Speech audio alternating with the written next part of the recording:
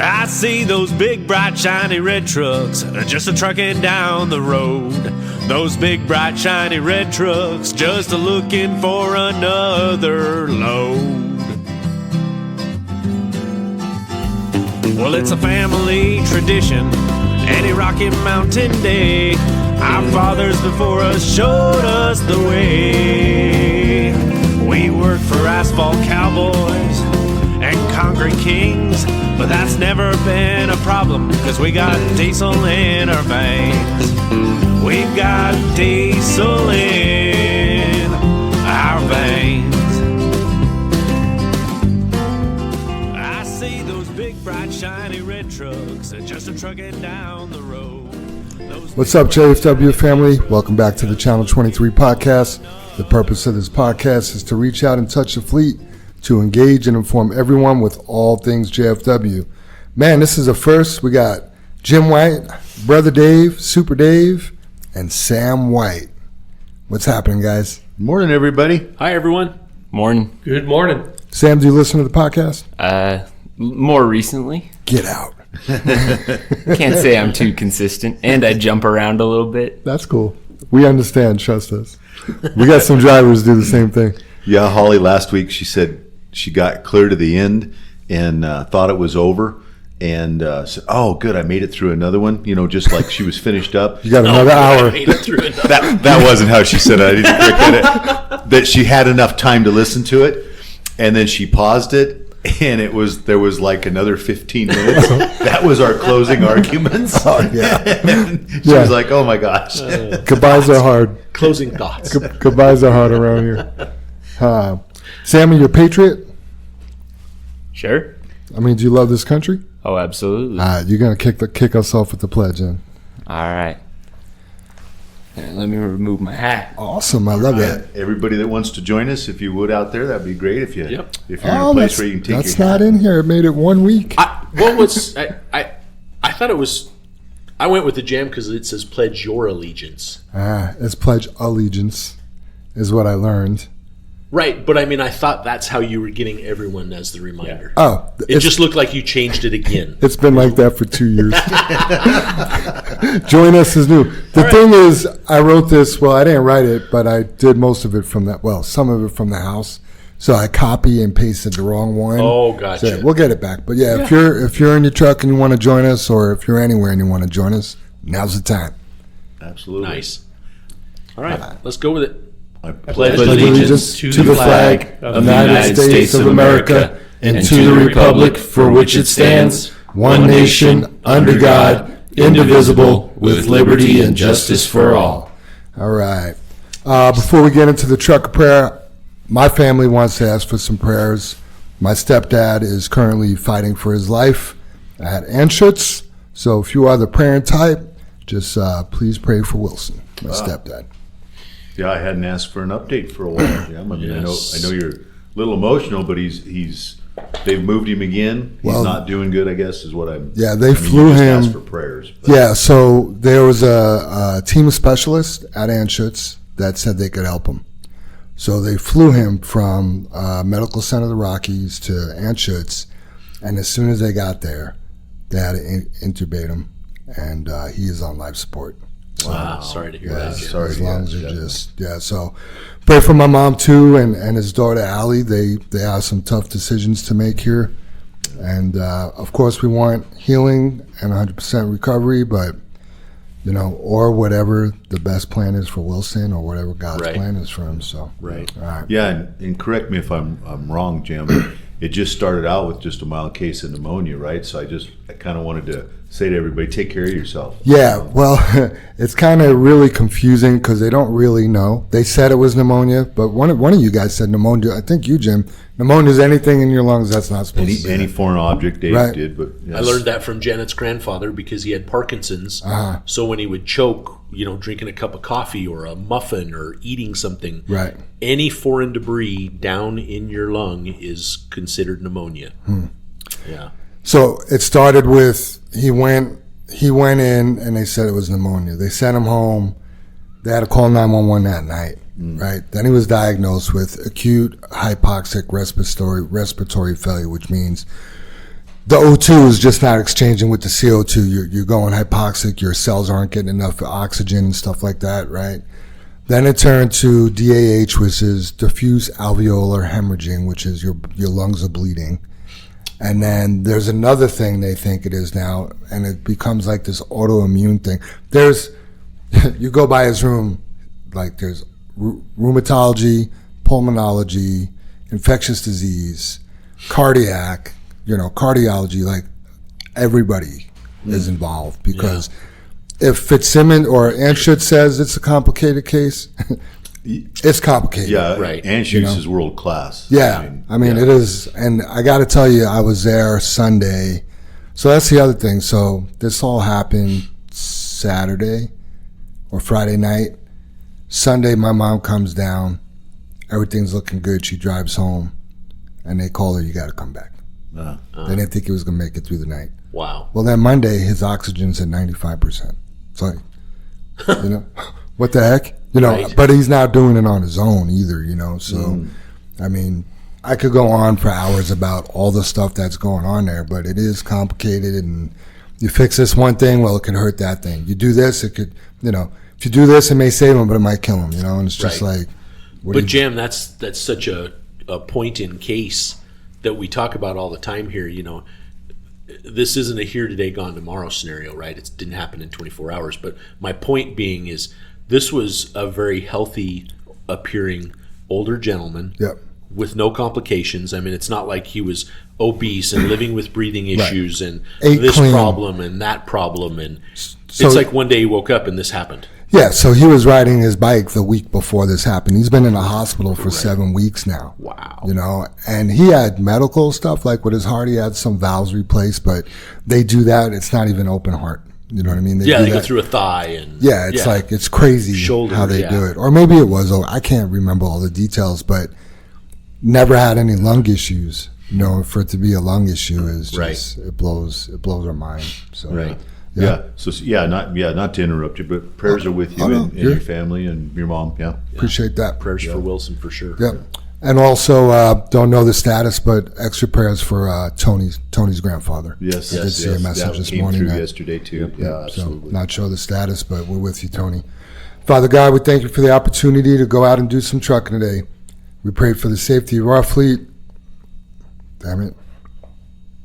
And all of their families and all the other families and individuals we come across on the road today. We pray for patience and the making of good, safe decisions.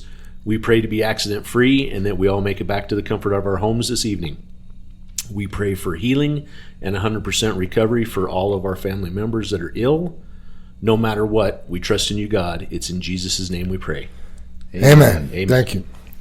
As a reminder, anything you hear on today's podcast is not the opinion of JFW's or Purdue's. It's just our opinion.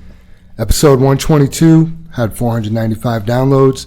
We are at 67.7 thousand total downloads, and we're holding steady at 550 followers. Nice. Yeah. That's fantastic. Yeah. Just want to mention the disclaimer, and I know you joked with Sam about Purdue and stuff. Jam, when we met with Martin Marietta, she brought up, we asked about her being on the podcast, and she brought up that she asked different questions because they're publicly held company. Right. And that's a whole nother set of rules. This is a bad idea for her. Right, about being, but you have to make your customers happy. Right. That's the thing. Absolutely. Even with your shareholders especially. Right. they're your customers, your bosses, everything wrapped in one. If there's one dem that's a shareholder at Martin Marietta, she shouldn't come on.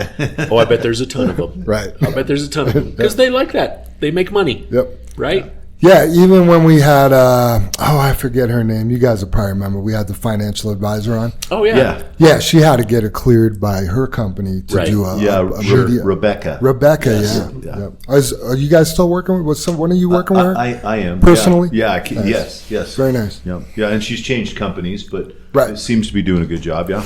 Awesome. Which is funny. The reason we had her on was she was with that company for like 12 years or something like that.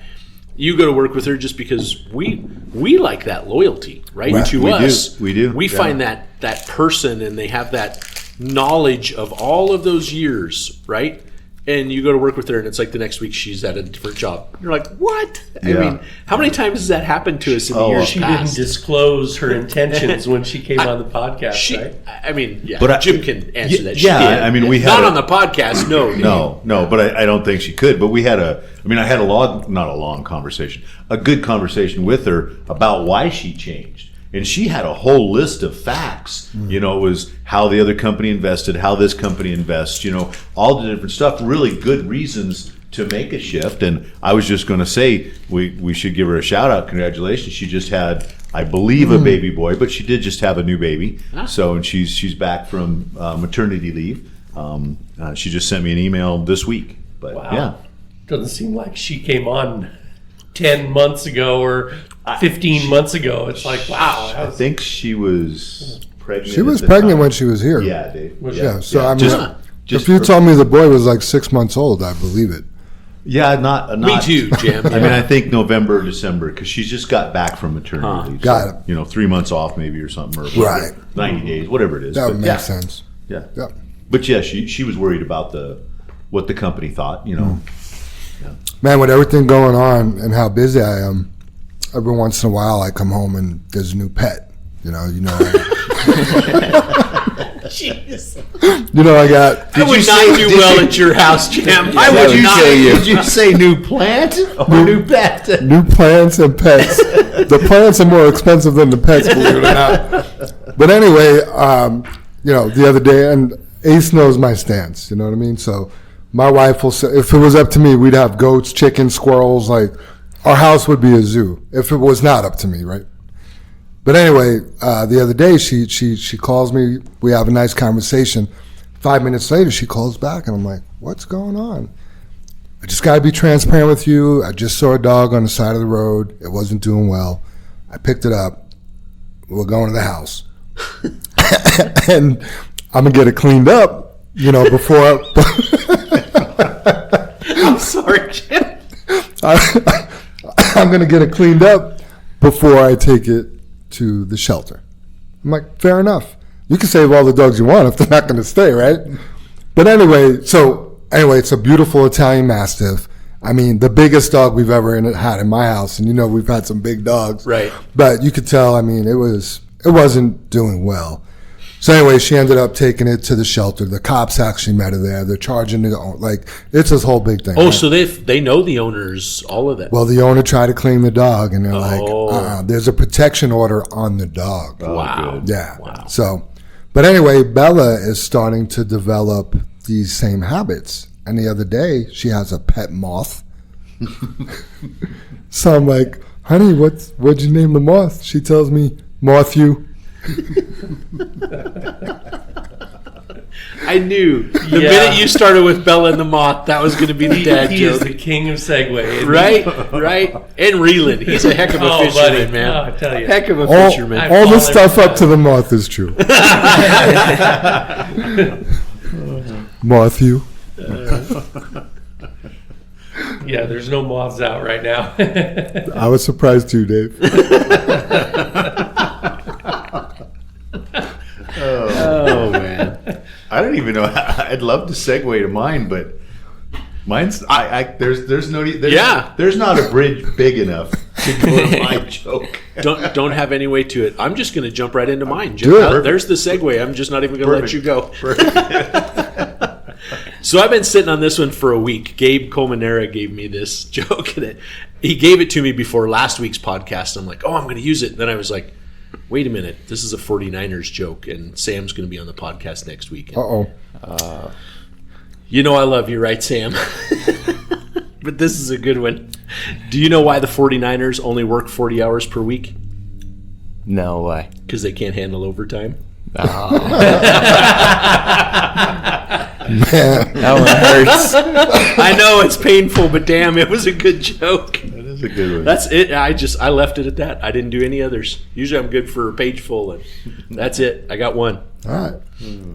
What do you got, Sam? We'll just go around. All right, so I don't know if many of you guys know, but last summer I worked at a factory making calendars, but they let me go. Do you guys know why? Oh, I do know why. I can't remember, though. Dang it. I took a couple days off. There you go. Good one. I like it. That's all I got. Have you had part-time jobs doing anything?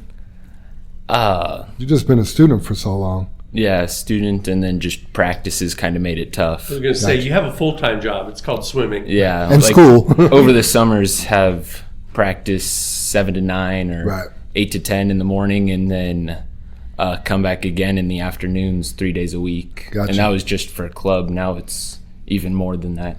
Well, you're not missing out on, like, I'm sure some of your friends in school have probably worked at, like, Subway or something like that. You're not missing out on it. Lifeguard's pretty common. Oh, okay. And for swimmers, for kind sure. of looked into that, but it was still just ended up missing too many practices. Yep. We did punish him a little bit. He's had to work for senior Ooh. between practice times. Ooh. Yeah, he worked there the last 2 summers. So Oh, at the house. Yeah. Gotcha. I mean, it depends. I mean, I don't know that you can physically call that a job, right? Well, but I mean, he had a boss, Yeah. and he was having to do a list of chores. Right? Did you get paid for what you call that a did? job. I did. That's a job. What do you got, Jim? Oh man, so I've been, we talk about all the different shows we watch and different things like that, and between all of us here and things, and watched a little bit of Dexter recently because it's all the seasons are on and stuff. So I got kind of a joke to go along with that. So do you know what they found in Jeffrey Dahmer's shower? Wow. I do not know. I do, but it ruined the joke. Parts. Head and shoulders. Ooh, that's funny. Man, I'm struggling with that Dexter dude just from watching 6 Feet Under. Yeah, he's a different person. He plays a different part, huh? I guess I'll have A little to watch bit it just to see a little bit too well, and it's Yeah. every episode. I mean, we quit watching it just. because of that. Nah, I mean, well, not only because of that. I guess the show just doesn't do it for us. Like, it's a good show. You keep wanting to watching it, but then you throw all that on it, and it's just like, Too much. I'm good. Yeah. Yeah. It's kind of funny because Allie will go back and she'll watch, pick up older series and just watch the whole series and catch up, and she's going back through House. Everybody remembers. Great. Yeah. Yeah. But I've watched a few episodes lately with her and stuff, and I'm like, that guy's a dick. I mean, oh my God, can you just learn to hate the guy? And it's funny how you get involved in a character like you're saying, or the show, and you're just like, I can't watch it anymore. I'm tired of him being such an ass. That's funny. Soup, what do you got? You got a dad joke for us? Yeah, I got a couple. I know we're supposed to, we're forecast to get a foot of snow tomorrow, but spring is in the air, man. It was beautiful this last weekend. Sunday was gorgeous. Spent a lot of time out in the yard. But how can you tell the weather is warming up? Because it's warm outside. No, it's because there's a spring in people's step. All right, this one's a little bit better, I think. I'm not a fan of spring cleaning, right? Everybody has chores. They going to do the garage. They got to fertilize the lawn, But we have some spring cleaning coming up at the house. Do you know what chore sucks the most? Spring cleaning. Vacuuming. Yes, Sam. Good job. Vacuuming. I think I missed it. What? It's the chore that sucks the most. Oh, Gosh. Wow, Super Dave. Thanks, Dave. That was so good it just flew right over. Apparently only the college degree here. Yeah. He's listening. He's how does it feel to be the smartest person in the room? Oh, I only got the joke. 2 of them. All right, new employees. We got Uriel Molina. Welcome to the fleet, Uriel. Welcome. Welcome aboard. Glad So to is he have you. still with Kendrick today then? Yes, today is Gotcha. his last day with the yard training, and Okay. I guess we'll see what the weather does tomorrow. Okay. Let's move on to celebrations. I know we mentioned Tony's granddad earlier, but there's some good news for Tony as well. Tony and Tony and Ataya are pleased to announce they're having a baby boy due September 15th. Well, congratulations, Congratulations, you Congratulations. two. And I apologize for the pronunciation of her name. I bet she got it right the first time. I bet it's a Taya. Okay, great. I think. I'm sure Tony will text one of us, but I don't know if that's a joke. Because when you text it, we still won't get the pronunciation. That's fine. Right. Unless he includes umlauts and hyphens and everything else, right? Yeah. That's almost another dad joke. Benny Gonzalez hits 4 years this Saturday, the 16th. Happy anniversary, Benny. Congratulations, Benny. Good job, Benny. Benny's kind of a steady Eddie. You don't really hear a lot about him. He is. He's Doesn't that make him a steady Benny? steady Benny. Yep. Birthdays, we got Albert Lopez had a birthday on Monday the 11th. Uh-oh. What is this? Jim White, Friday the 15th.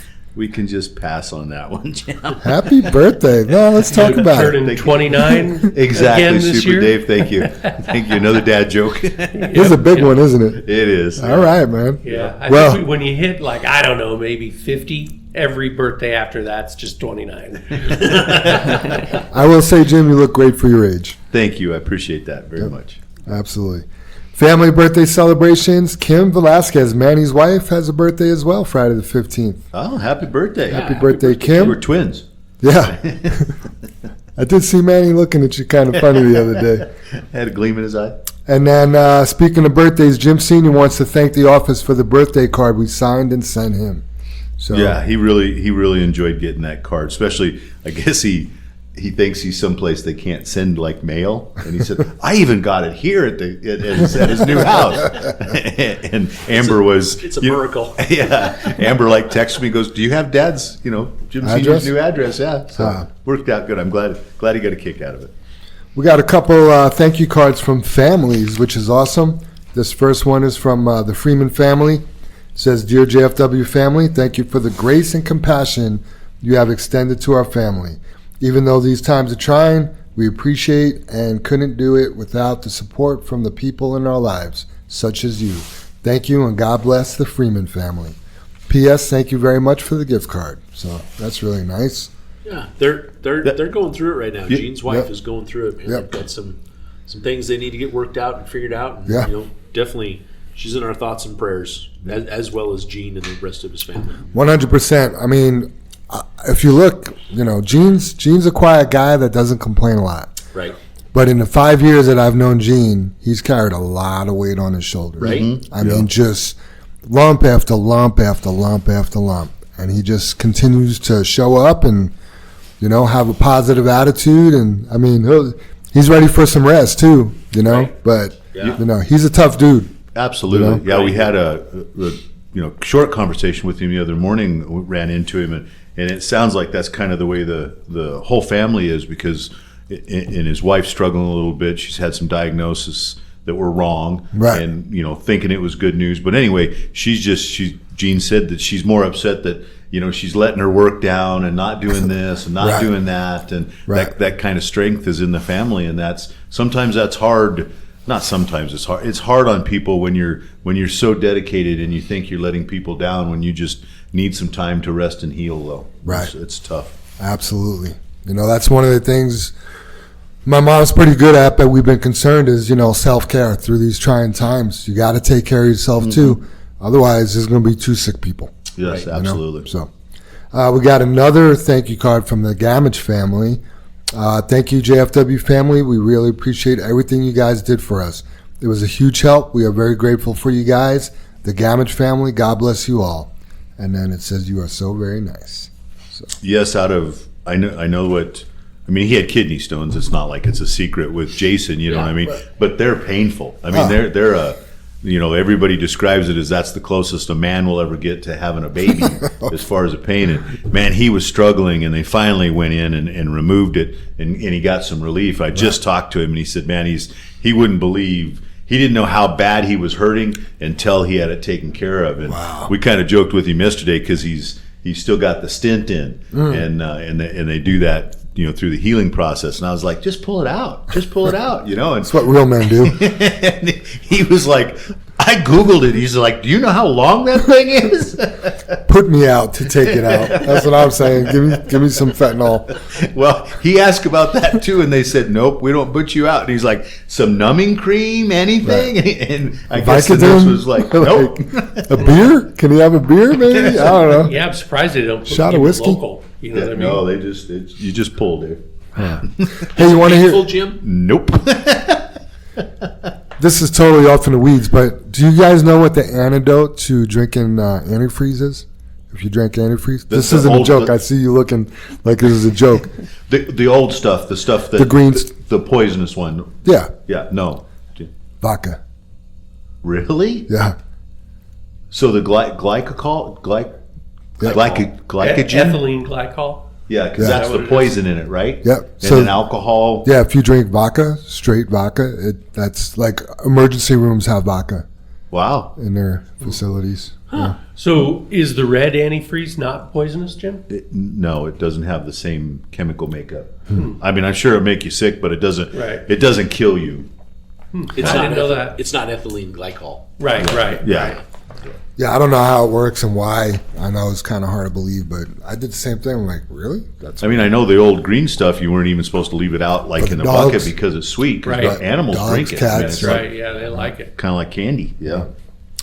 All right, shout outs. Want to give a shout out to Manny Velasquez for stopping by with his family the other day. Really good to see Manny. The baby was so cute. Nice to meet his wife, Kim. Yep. You know. Yeah, I didn't until I saw this, Jim. I didn't know he had stopped by. Oh yeah, so you were out. I'm bumming I missed him. Yeah. Yep. Shout out, Manny. I missed you, buddy. Yeah. Yep. Stop by more often. Yeah. You know, a lot of. You know, I know Manny's made the comment like, you know, he's one of those guys that thinks like he's down, nobody wants to see him. You know, we come by with the baby again, right? Once a week if you want. I have to joke, and I you know, or Manny, just send the baby by because those smiles were worth it. You don't have to come by, Manny, but I'm just joking. Aren't a baby's smiles just so sweet? Oh, you just touch the little hand and the baby just breaks into this smile. Oh yeah, I love it. Yeah, those baby laughs and the smiles. Yep. Are just that's what it's about. Yeah. I want to give a shout out to Chris Beam. Last week, you guys were asking about who sent us the Boulder speed limit and red light cameras. That was Chris Beam. Okay. So appreciate you, Chris. Yeah, Good thank job, you. Chris. Yep. Shout out to Troy Hunt, Scooby, and JR for cleaning up the mess at Coors. We had a problem with the can just spilling out the top. It was so wet and just making a big mess there. We're tracking that stuff out, so we went ahead and took care of it. So thank you guys for going ahead and doing that. And then shout out to 0050 Steve Barnes for letting Kathy in to traffic on her way into work. So she came down. She's like, hey, I was trying to merge over on 6th Avenue and I-25, and guess who let me in? A JFW truck. It was Nice. 0050. So Nice. good job. I pulled it up. I watched the incident. Watch these. Yeah. Yeah. He definitely let her in, so very cool. And then Joanne wants to give a shout out to Kathy for joining our team and being part of the JFW family, for being a quick learner, and although she is very quiet and a very kind and sweet personality, put your roller skates on because it's about to get busy. Shout out to Amber for multitasking and training Kathy while learning some new duties and payroll together. We are better. So Yeah, careful on those steps with the roller skates. yeah. That's got to be tough to navigate. Yep.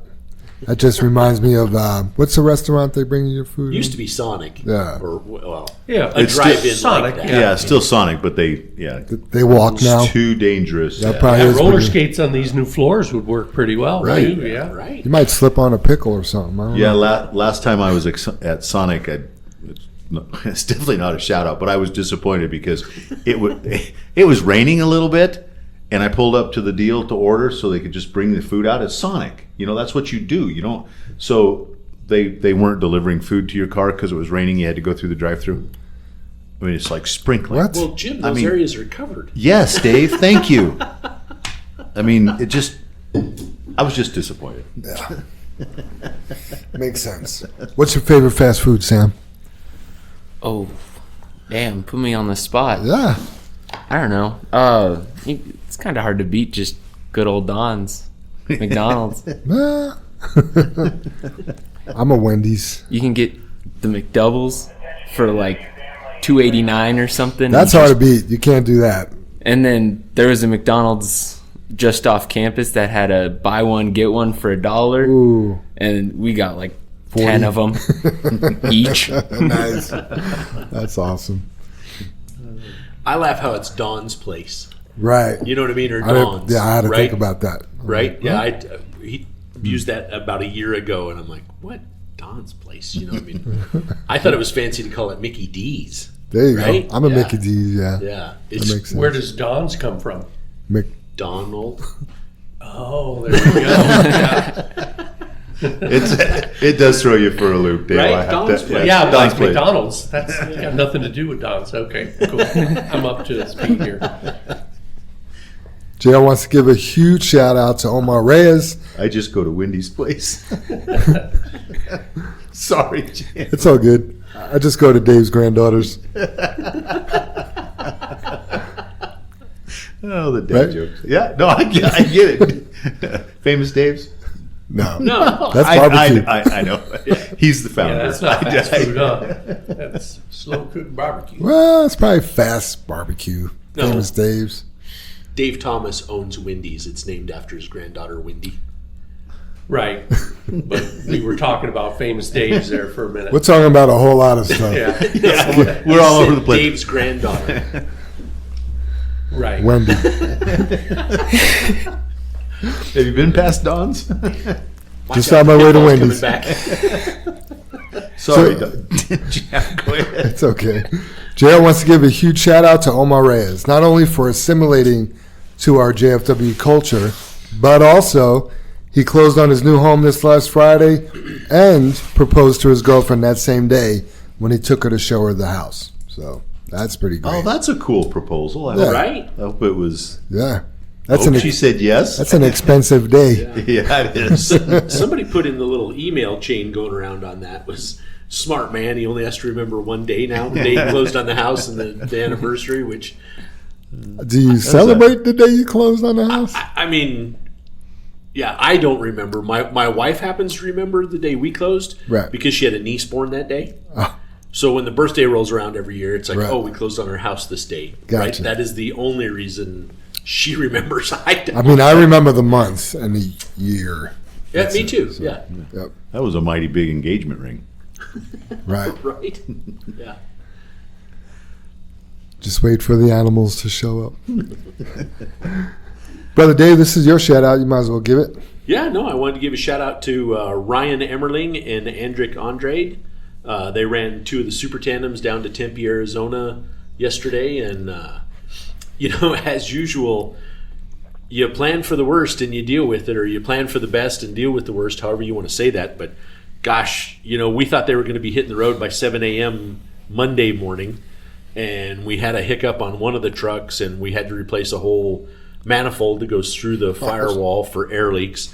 So I don't even think they left Colorado or left the shop here until 10 a.m. Yeah. Wow. So I mean, they had a 3 hour later start or 4 hour than they planned on. What a bummer. And I think the trip went relatively smooth. I mean, got pulled in at the New Mexico port, but I mean, we knew we had to stop there. It's not like it was a surprise. We knew they were going to have to go in and buy permits, not a surprise. And everything was good there. And I think they had a good trip after that. It was a long day Monday with the extra wait time. And then yesterday, they everything went fine. They got up, drove the rest of the way in. They were a couple hours away, dropped the trucks off, everything good there at the place, and then get to the airport. And I think the flight was delayed 3 times, if I'm not mistaken, to come home. And Wow. it's kind of funny. Do you guys know what it costs to fly a human being from Tempe, Arizona to Colorado? $119. Well, I got a deal, and we got flights for $52 a piece. Wow. Right? So $104 for those two guys to come home. From How many Tempe, tickets did Ryan need? Arizona. Do you know what it costs to fly a carry-on home? $119. 70 bucks. $74. Really? Yeah. So to fly a human being is only $52. If you need a carry-on, it's another $74. That's how they get you. Right? Isn't that just ridiculous? That is Yeah. that is so just And what airline It was just that? doesn't feel good. Frontier. Frontier, yeah. Yeah. And then they hit, because we knew Andrick had a bag, and he told us he had a bag. A roller. A carry-on, truly yeah. a carry-on. Yeah. But usually you can grab a backpack and be a personal item. Just slide it under your seat. Right. They don't get you. Like a purse. Yes. They got Ryan for his backpack. Said it wouldn't fit. It was too big. Yeah. And it's just a normal backpack. Yeah. So another $72 for Ryan. Wow. So I know Dave's kind of, you can fly a human for $52, but it takes you 72 to fly a bag. It's disheartening. Listen, we're going to give you a great deal. Just don't bring your things with you. Yeah, right. And how do you fly and not bring something? Right. Yeah. Or check your bag. I mean, just bundle up. there you go. The bag was the same, Jim. Oh, to check a bag was the same? To check a bag was another. I think a bag was actually more than a carry-on. Wow, I thought they were trying to encourage you to check a bag. No. Wow. No. Yeah. Huh. I mean, I know United's not the cheapest, but you get 2 bags checked free if you have. Yeah, I should have checked Southwest. I mean, I just went to. I mean, I like Expedia because you can usually look across all of those. And I mean, honestly, it's the same airport. It's usually the same airplane. I usually just shoot for the cheapest fare. Right. You know what I mean? And within reason, right? And God, you look at that, it's like $52, done deal. And I saw there was extra money for the carry-ons, and I just failed to mention anything to him. I'm just so used to using a backpack, and it covers the personal item. You know what I mean? Because it's allowed to be 14 inches wide, 18 inches tall, and 8 inches deep. And I'm like, you've got to be kidding me. A backpack doesn't fall in that criteria? I understand the suitcase, but it just, I don't know. It feels dirty. Right. It just feels dirty, I think it's all part of the bargain fare because we flew Frontier to Orlando for this cheerleading thing. Yeah. And I think the tickets were like $300 some bucks a piece or something like that. But anyway, we were able to get free carry-ons. Wow. Because we signed up for some flight package thing. Oh, yeah. It was a package thing. And Dave, I'm like, everything okay, is great. a bundle. They wanted us to bundle it was some kind of bundle, yeah. Yeah. And it even allowed us to choose a forward seat, so we were like first on, first off. Oh, yeah. And it did cost us extra, and I don't remember how much, but it's because you were paying $52 per seat. So they're gonna nickel and dime you, I guess is what I'm getting it at. just doesn't feel good, though, Dave. Why don't do that, Dave? Yeah. I guess they that's should my just point. say it's going to cost you X amount of dollars, Yes. and you get a free carry-on. Yeah. I mean, it would be like That someone would calling be here and asking fairer. for a quote to have a load of Yeah. sand delivered. 'Cause who's gonna- And we give them a price of $100, and then they go, okay, I'd like to do that. And you're like, okay, we need to tarp the load. That's going to be a $200 surcharge. Right. Ooh, you're onto something there. Right? Right? I mean, it's, pretty soon their airlines are going to be charging landing fees. Right.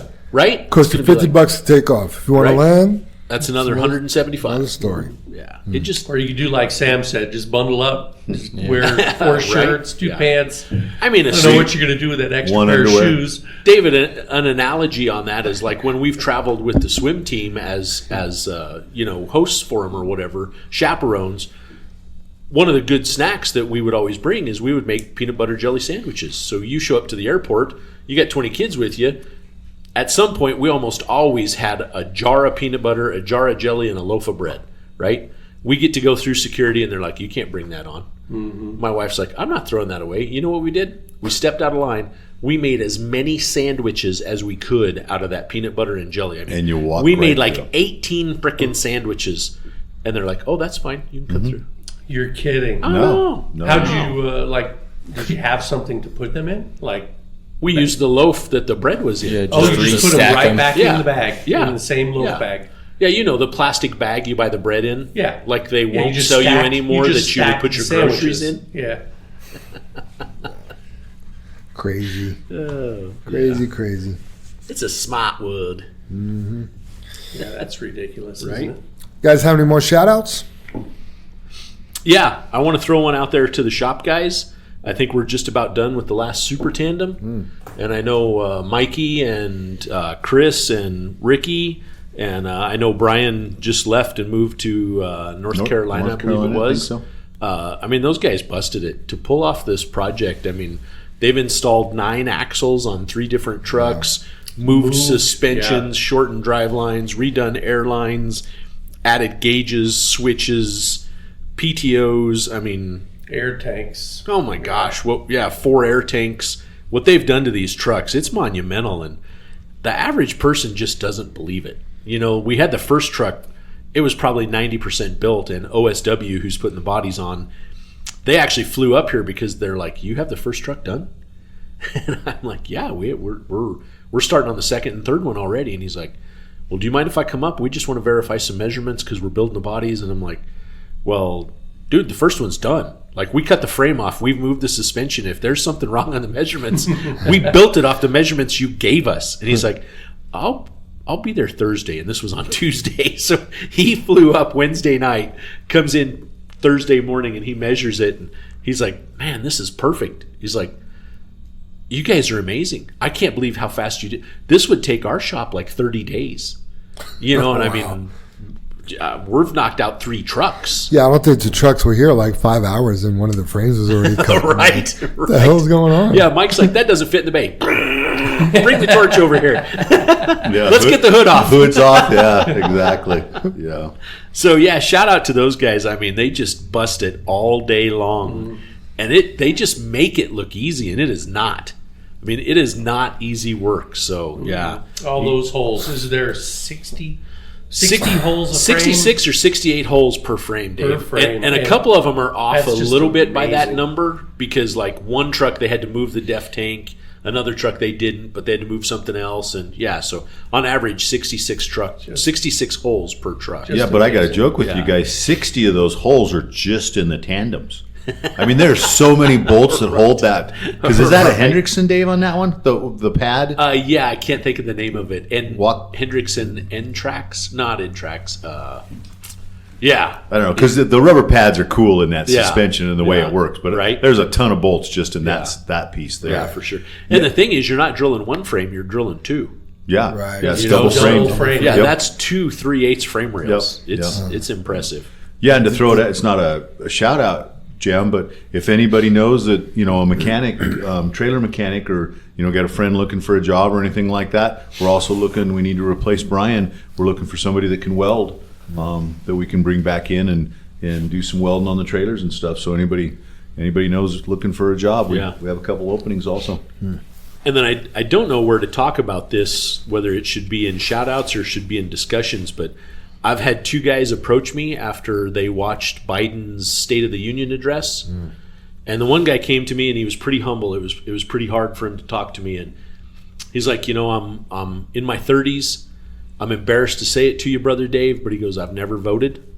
And he said, I'm not registered to vote. And he asked me, would you help me register to vote? Nice. And man, I am honored to help anyone do that.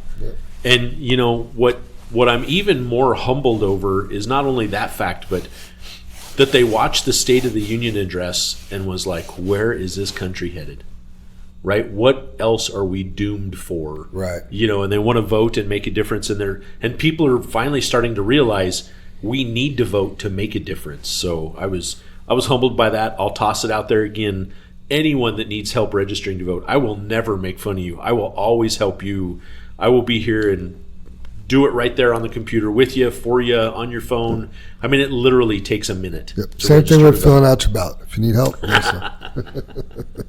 Yeah, and it just doesn't matter if you've never voted. I mean, Yeah. until the last couple of years, I mean, I've always voted, but not involved in anything. Just Right. had our heads down working. And, Right. you know, when you do pop up and go, hey, Yeah. we need to look around the forest here. Right. It's like, wow, we're headed in the wrong direction. Yeah. We need to try to do something about it. Yeah, the one guy I'm talking about, he grew up in Denver, and his family still lives in Denver, and he's like, do you know what the illegals are costing us?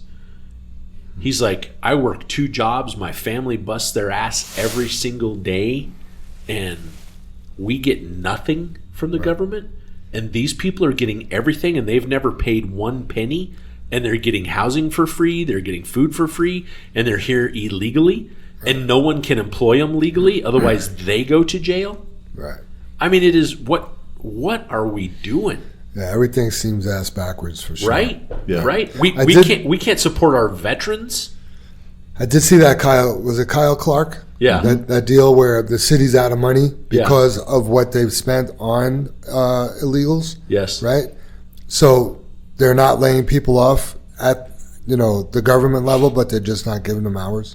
Yeah. So like somebody that works at the rec center, right? I can't imagine they make a whole lot of money there. I bet all that money is super important to them though. And they're like, oh, well, we're not laying you off, but next week you have 0 hours. Yeah. Yeah. And the week after you have 0 hours. Right. Yeah. It may not sound like a lot, Jim, but minimum wage in Denver now is almost $20 an hour. Right? So when you say not make much, $20 an hour is still... Right. You know what I mean? It's a marker to me when you're approaching that $20, and that's minimum wage. So is it? I thought it was like 15 something. Not in Denver, Dave. Yeah, not in Denver. No, they passed it. Oh, in the city of Denver. In the city of Denver. Yeah. So I'm just assuming, right? If you work for city of Denver, you've got to be in Denver. That's got to be a minimum pay. I mean, I'm sure we can look it up because they passed it a couple years ago, and it started at like 12, and then it made a jump to 15, and then it made a jump to 18. I think it's over $19 now. I think it just increased again this year. You looking it up, Jim? Yeah. 1829 January 1 of 2024. Okay. So, and it was 15 something and then jumped to. But then if I'm not mistaken, we have another jump either next year or I'm sure it says it somewhere. It's not showing. 24 and 25 are still 1829. But you're right, Dave. There's another one. But I know you're getting there. It's not the point of that's what minimum wage is. It's the point is that's a good chunk of money and get no hours. Yes. Right. How is that fair? Right. You're used to working you're 30, counting 40 on hours that. a week, and all of a sudden, I'm not working. Right. Yeah. I'm not allowed to come to work Right. because you chose to spend the money on someone who's not legally here. Can I collect unemployment? Well, you haven't been laid off. Right. And So that's the problem, right? He made it clear. We're not laying anyone off. We're not laying anyone off. You have your job. You can't get any hours, but you have your job. Right. yeah, and then I would have to fact check that. Some of the cities and the counties, just like your FMLI and some of the other programs, they don't participate in that. So you may not be able to collect unemployment. Right. Oh, and right. That's written in Colorado. Because they're a government entity. Yeah, if you're working for it, yeah. So there's, but that's also the reason 0 hours and you're not laid off. Right. So it's just dirty, and it doesn't have. There's no common sense there. Right. And again, it's like we're not complaining about the $20. We're not complaining that you want to come to this country, but you did it illegally, and it's not fair that we can't take care of our veterans. We're not taking care of our elderly because, like your retirement, Social Security. The average Social Security is $1,800 a month, and I know right now we're paying illegals $5,000 a month. Wow. And we've offered free education and health care. So but we don't take care of our veterans, not taking care of our elderly, not taking care of that. We need to start to take care of American citizens. And the country was built on immigrants. Right. I mean, we get that, but there's a way to do it, and this is not the way. Right. Yep. Yeah, we have a neighbor from Vietnam. She came here 20 to 30 years ago, and she goes, "Do you know what it took for me to get here?" Right. It was ridiculous, but she goes, "I am proud to be an American. I worked my ass off to be an American, and these people that are coming over illegally," she goes, "it is sick, it is wrong." She goes, "I've paid taxes for 25 to 30 years. I support our people here, but not them." Have another neighbor that she's divorced, but her ex-husband, he was from, what did I tell you, Jim? Saudi Arabia? Yeah, I think so. A foreign country.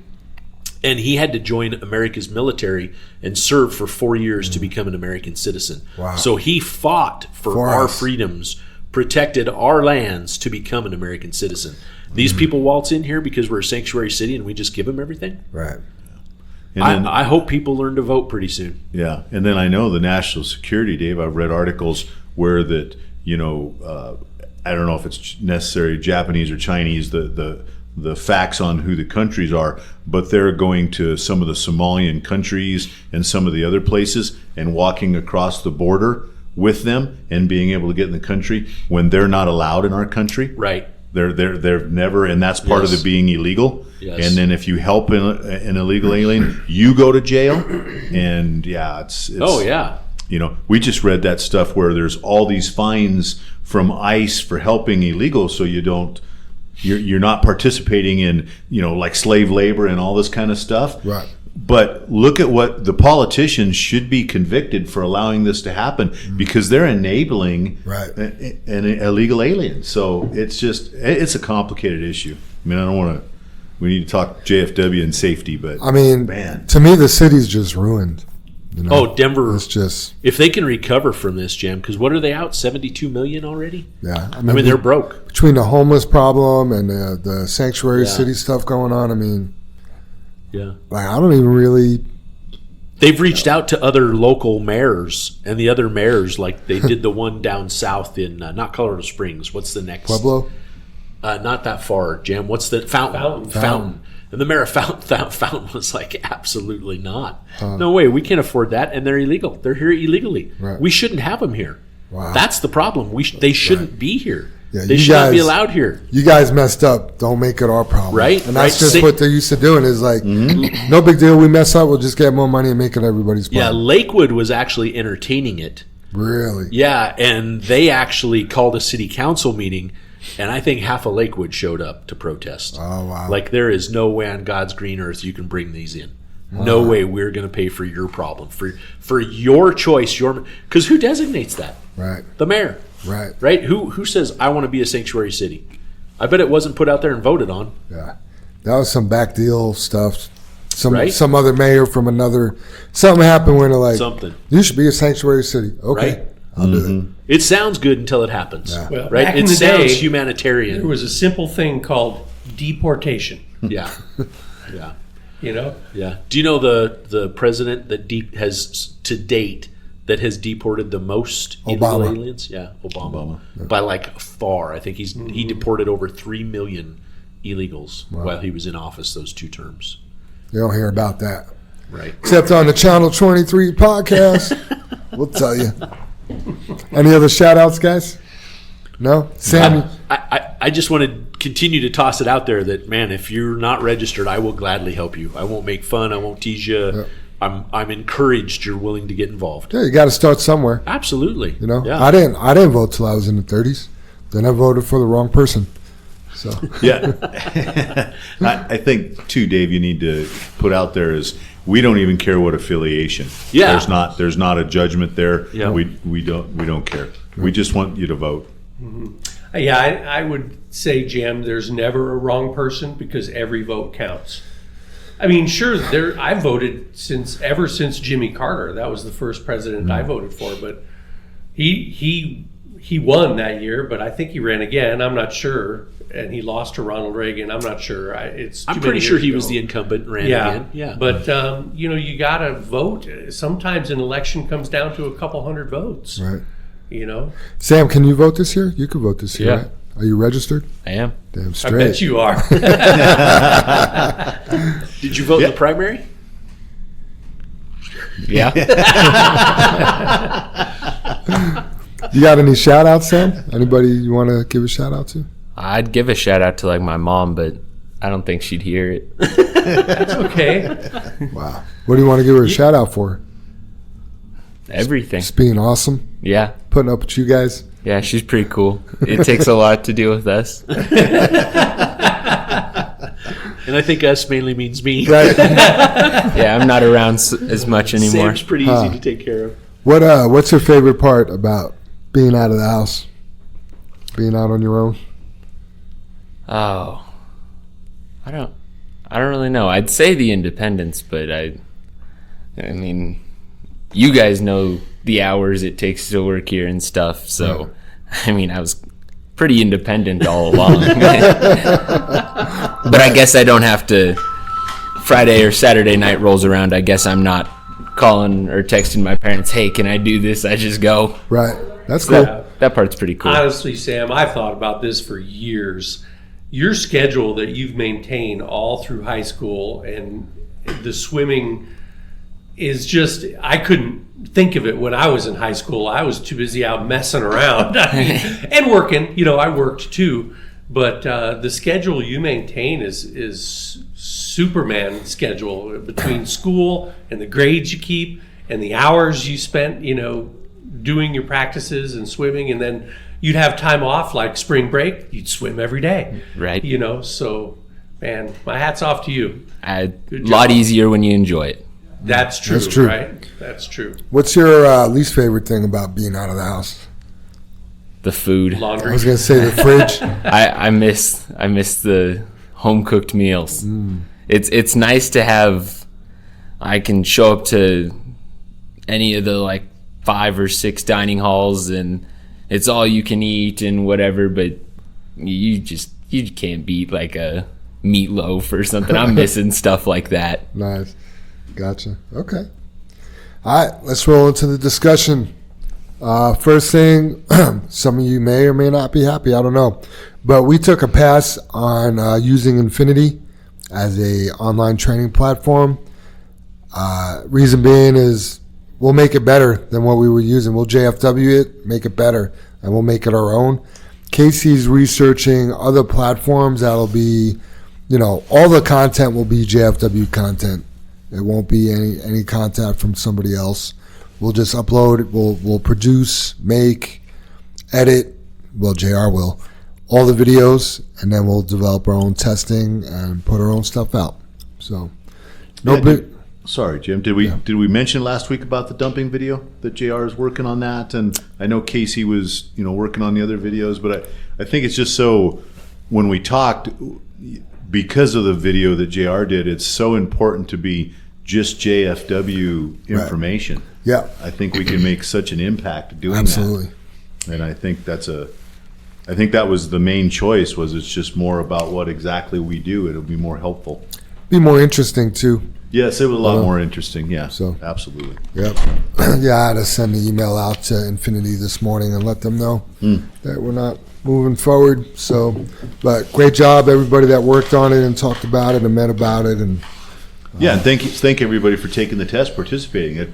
It showed what we got a lot of feedback. We got a lot of interesting comments, things like that. That's what we needed. That's what makes us better. absolutely.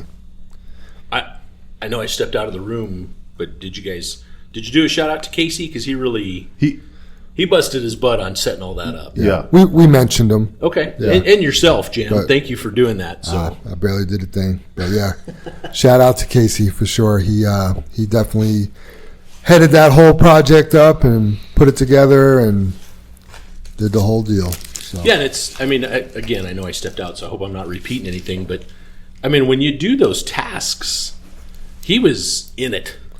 You know what I mean? And I bet at some point you kind of feel like, well, what did I do wrong because we're not going with it? And I hope he doesn't feel like that because the system just doesn't work. Yeah, I don't it's think not he that it feels doesn't that way. work. It for us, right? We have a better option to use. Yes. Yeah, the the- thing is so wide based, it waters it down. You know what I mean? Yeah, that's a good analogy, Dave. Yeah. I mean, I can't speak for Casey, but I don't think he feels that way. And it was a trial, and we definitely tried it. We tried a lot of it, and yeah, I mean, I'm interested to see the progress he's made since then and what he's found out, and how close we are to moving in a different direction. Right. Dispatch would like to remind everyone that we are not filling in the cleared space over at Plant 12. It's a cleared out. Oh, it says cleared out sand space. It needs to remain open per Plant 12. Thank you. Disregard my parentheses there. So, yeah, there was an arrow. Maybe when I opened it on my email at home, it wasn't pointing to the right spot. But if you don't know where to dump your sand, ask first. Apparently, there's a cleared out space there. Do you guys know about that? It's got to be the sand stockpile. I didn't know about it till I saw it on here, Jim. Yeah, this is the first. I hope dispatch is like anybody that's going to 12. It's either in the notes in your dispatch or they're radioing everybody or whatever. It sounds pretty important, and I've not heard a thing about it, so kind of lost. Yeah. Especially that this is the first the safety guys are, I bet, learning about it. So yeah, we need to figure it out. Anybody that's going to 12, please, if there's a weird looking space over on the sand pile, I guess don't dump in it. Right. Or the normal space we dump in is empty. Right. Don't dump there. Yeah, I wonder if it's by the bins or something, just so we could get back in there. Or Yeah, I'm not repairing really it sure. or something. The arrow looked like it was pointing to the rock, so I put a note about the rock pile. But yeah, maybe if you're going to dump sand, ask first, Yeah, absolutely. and we'll find out more I was information going to say too. we need to clarify a little bit. Yep. Yeah. And then this is unusual for somebody to complete a construction project early, but C470 and US 85, which is the Santa Fe Drive interchange, is reopening this morning. It should actually be open right now. So As we record this podcast. as we record this podcast. I should have wrote it down, Jam, and I didn't because the news went over that. That was one of the largest projects or shutdown or moving of 470 or 85 that's happened in years in Colorado. There was some stats with that, and the vision of moving that to 4 lanes and opening that up and everything like that. It's quite a project. And I assume, it's, I'm going to say Denver, but Colorado, with it being 470 and Santa Fe there, being a state highway, I don't know how much between the state has to do with it. But anyway, it was some interesting facts. It's supposed to be really help that area. Yeah. And I always know it's been a pinch point, as Santa Fe's gotten nicer and nicer, you get down to there and then it's a pinch point up Blakeland Hill and stuff. So, Right. Yeah. Super Dave, can you tell us how to load at Morrison? People are still struggling. Yeah, I can tell you, don't trust those buttons. Exactly. Okay, a lot of guys want to get 30 tons if they're going down they're just going to go down Santa Fe, not getting on the highway. I always recommend to use the toggle switch first. And I know that just happened to one of our drivers. The toggle switch didn't close, and he expected it to close, but it kept filling and filling and filling. So a lot of the drivers will push the 27 button, and then they're going to hit the toggle switch to get that little extra pinch. Well, what happens is then that pinch overloads you because you already have 27 tons on there. Right. Do the pinch first, then you can choose your buttons. Maybe you only want to use a smaller button, a 26 button, but always, this is so important, always put that toggle switch pinch on the back. That way, if it doesn't close, you can Drive away. Just drive off and let that thing pile up on the ground. Yep. Yeah, it doesn't benefit you at all, or Morrison Quarry, to just keep filling your truck up. If you're getting overloaded, just get out of there, because otherwise you got to risk going up top with the overloaded truck. You might, break a drive line or create some kind of problem. Dealing with the loaders up there, they like to yell at you for a lot of things. Anything? Yeah. Hi, Everything. what are you doing here? Doing it right. They'll definitely yell at you for doing it wrong, and they'll still yell at you for doing it right. They're definitely above you in their eyes. So I think the numbers may not be super visible again on the buttons, so we may need to give a call up there and make sure they're marked. Didn't we actually write those I numbers think in? the last time. Yeah, the last time. I wonder if we need to put it on a little while ago. label maker or something like that. Yeah. Yeah, I mean, ultimately, though, you guys, we've talked about Morrison for 30 years, 40 years. 40, Dave. And it's disappointing that, because, this was brought up because we had an issue up there. Right, with a new person. Capable. The driver was super capable. Right. It makes me wonder how we lost our training. Were we trained there? Are we signed off there? Did dispatch go over it with that person? Hey, do you know how to load there? Yeah. You know what I mean? Because I feel like, we use that term, the devil's in the details, and we have someone that, I don't think has loaded there before, and I could be wrong. Maybe it was just a hiccup, and he's loaded there several times, and I don't know about that, because we're only hauling that to Castle Rock. Yeah. Excuse me, and it's been so slow, we don't have a whole lot of that material. Yeah, so 4 a lot loads of a these day or guys something are not like getting that, trained yeah. up there. Which sucks. Yeah. Or you were trained and you haven't been there for a while, so you think you can do it. Right. And then it's jacked up, because that's the way Morrison is. Right. That's the problem. And this is a cop-out, everybody, but I would go up there, and I just wouldn't want to mess with having to go up top and trim. I'd hit the 27 button and take whatever I got. And that's exactly what I would do. If I get 25, I'd take it. If I got 28, I'd still be fine. I'd take it. Or 29 even. Yeah, when you were reading that, Dave, that's exactly what I thought. I had the same thing happen when a couple years ago when I pulled some loads out of Fairplay. Everybody's taking their max, with their permit, and I just asked for 27, everybody's like, "Oh, you're not taking that? You're not taking that?" And I'm like, "No, this is my first load out of here in I don't know how long, or probably ever since we started there." And I'm like, "No, I'm not coming down through there maxed out. Why would you do that?" Yeah, if I was going to Castle Rock Ready Mix out of Morrison, I'd be good anywhere between 70, 80, and 85. Yeah. Just whatever it is. Yeah. When I figured it out and seen how the bend was working, maybe give it a little. Yeah, maybe squeeze. at that point, and then think about all your tips, Dave. Put that on the back. Do that first. But like I know, listening to you, Dave, you know, unless you're really, really good, you also don't know what that pinch just gave you. Exactly. I mean, it may look like this, but what if it's not? And the thing that sucks about those bins up there is sometimes they're not full, so the rate changes. Oh, when they run out. Oh yeah. Then what do you put? You open up the bin, you hit 27, and it was trickling out, and maybe you got 3 tons, but you don't know. I mean, it's a mess. And so you think, oh, I'm only going to take 81,000, and I could load 85 or 90. But think about the time it's going to take you to go up top, trim that load, come back down, weigh.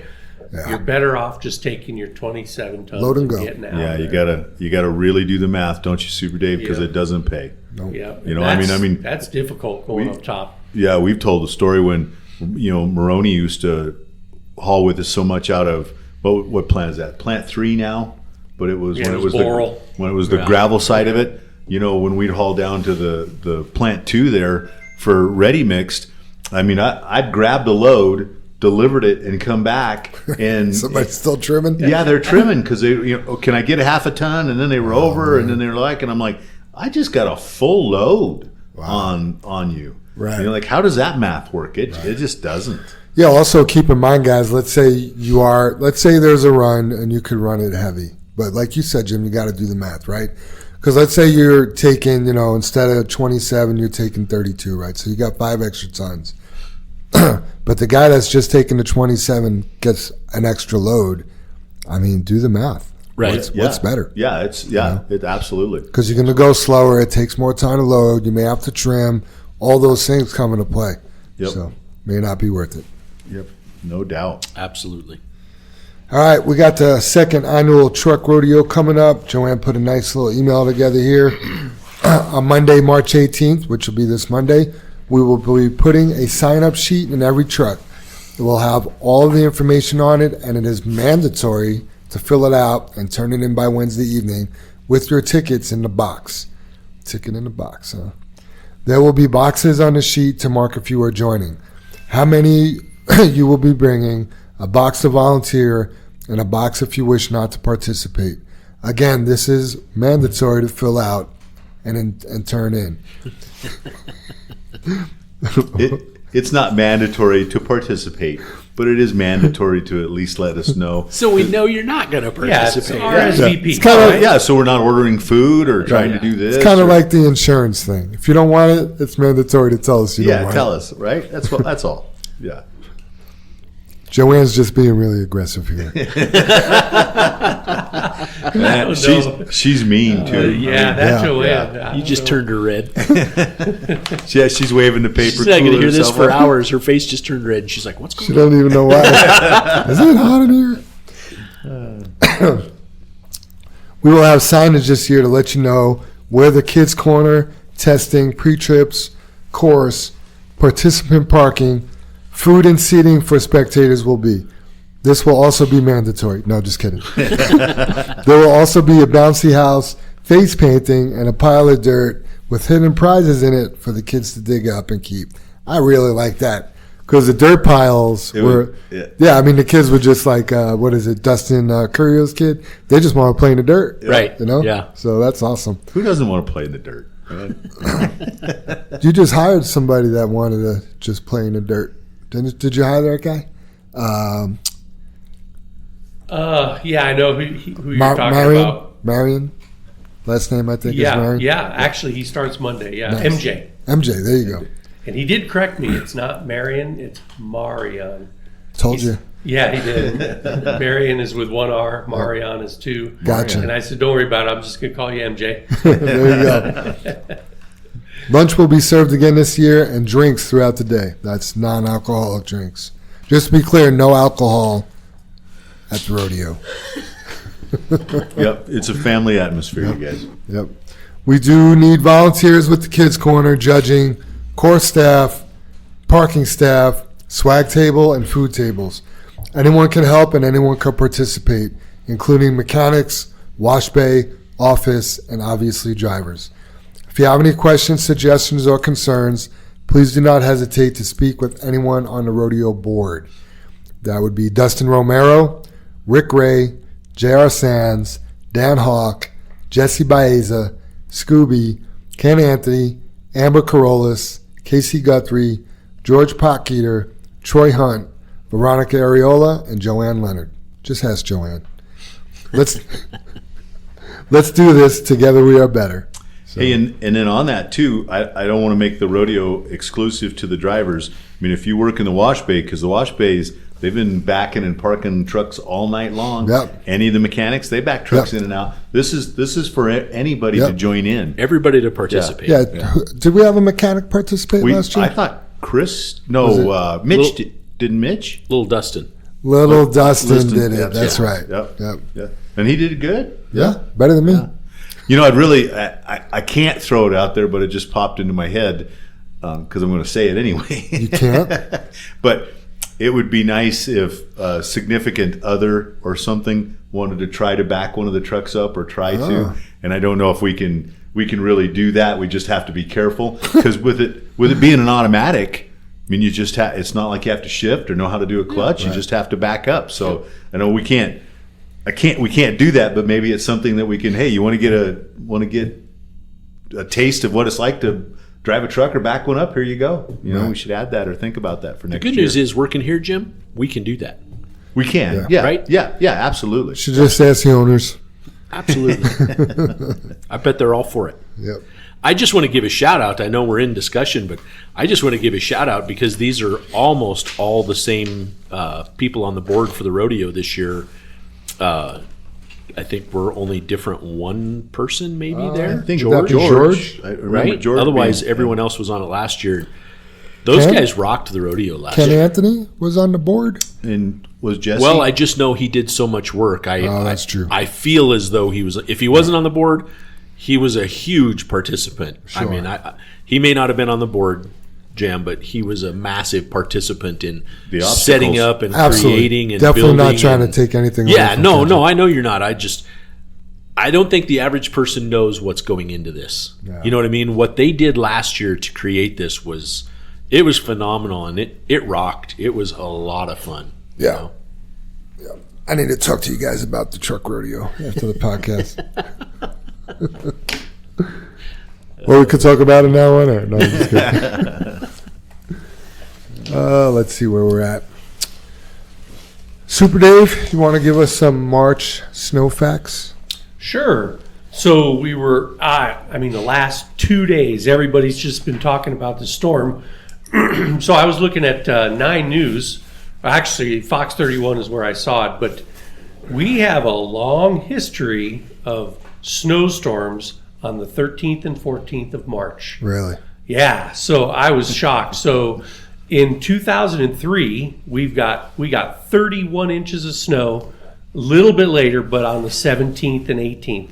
Wow. And that 2003 storm, if you all remember, that was the first year we ever did snow removal.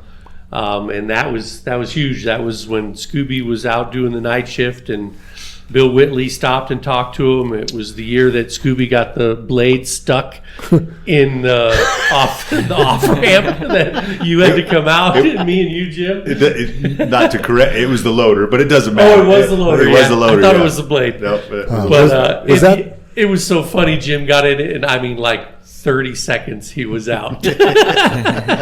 I just want to throw out there, that you're talking, because you said 2003, 2003. Dave? So, 21 years ago, we were so almost prior internet, damn near.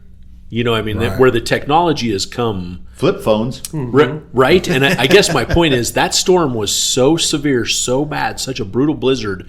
We were listening to KYGO, and the state of Colorado issued a request for any construction companies or any companies that own front-end loaders, and they were asking them to clear on and off ramps on the interstate. Right. and to call this number. And I called this number, and the guy was like, great, you have a loader? Oh, we know you guys. Go to work here. And they had us start right at I-76 and 270, and he said, go east until we call you. Wow. And it was like, I mean, I was literally at 74th and I-76 cleaning these on-ramps, going the wrong direction. I mean, that I-76 going around that whole curve off of 74th, I mean, those are two big, long on-ramps, right? You know, I mean, they're not off-ramps there. They're just on-ramps, and you're having to go both directions because you can't just go one way with the loader. You have to go back and forth, right, and clean these on-ramps and stuff.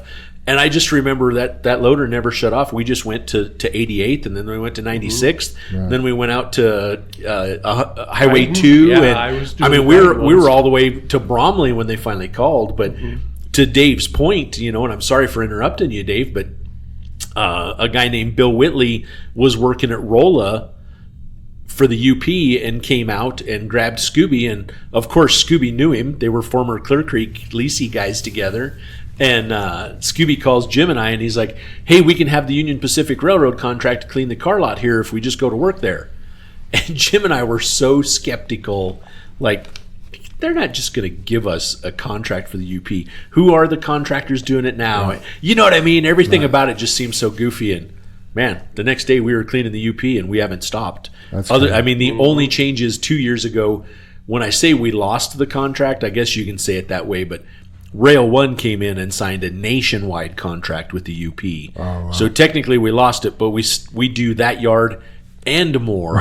Right? For Rail One. For Rail One. So it all worked out, and probably for the better almost a little bit. Sure. So anyway, yeah. Sorry, Dave. Keep going, man. Well, no, don't go yet.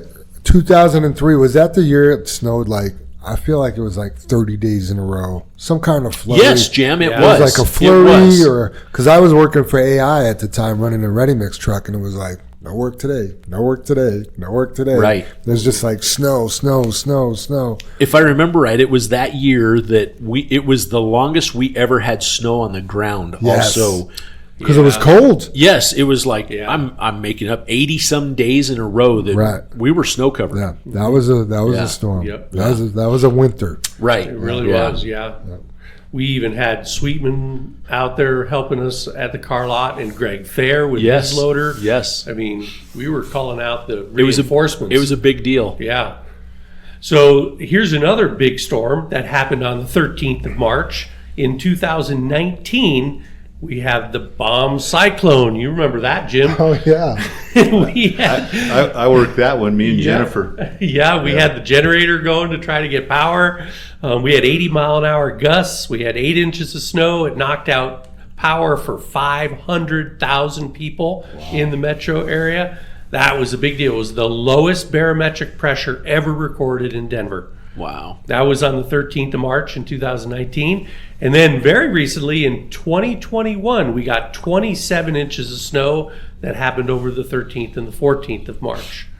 And I think that was when we were chaining up to get over to Coors to get preloads, and we ended up with like 25, 30 preloads over the course of those 2 days. God.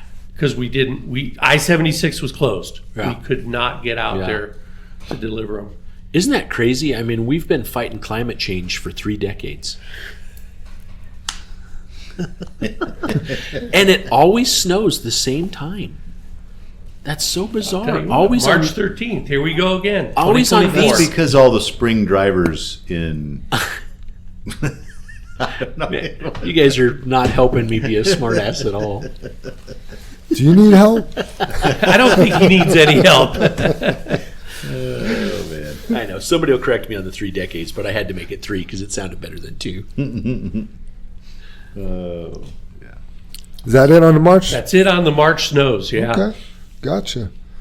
Sam, tell me a little bit about your school. I know you've had a couple injuries with swimming and everything, but what's the workload like for your engineering degree? Is it pretty heavy?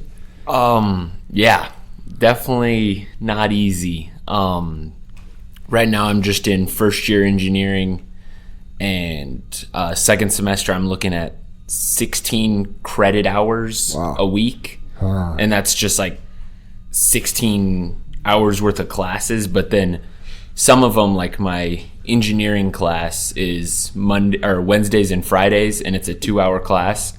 but it only counts as 1 credit hour, so I'm doing more on top of that. Sure. And then there was some rule of thumb that I've heard, and it was like, for each credit hour, expect double the hours of homework.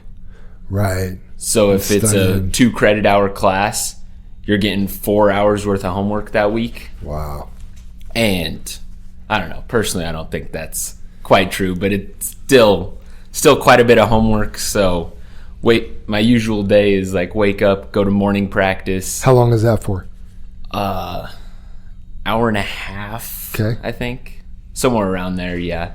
Now do you eat breakfast before practice? Because you gotta be burning a lot of calories.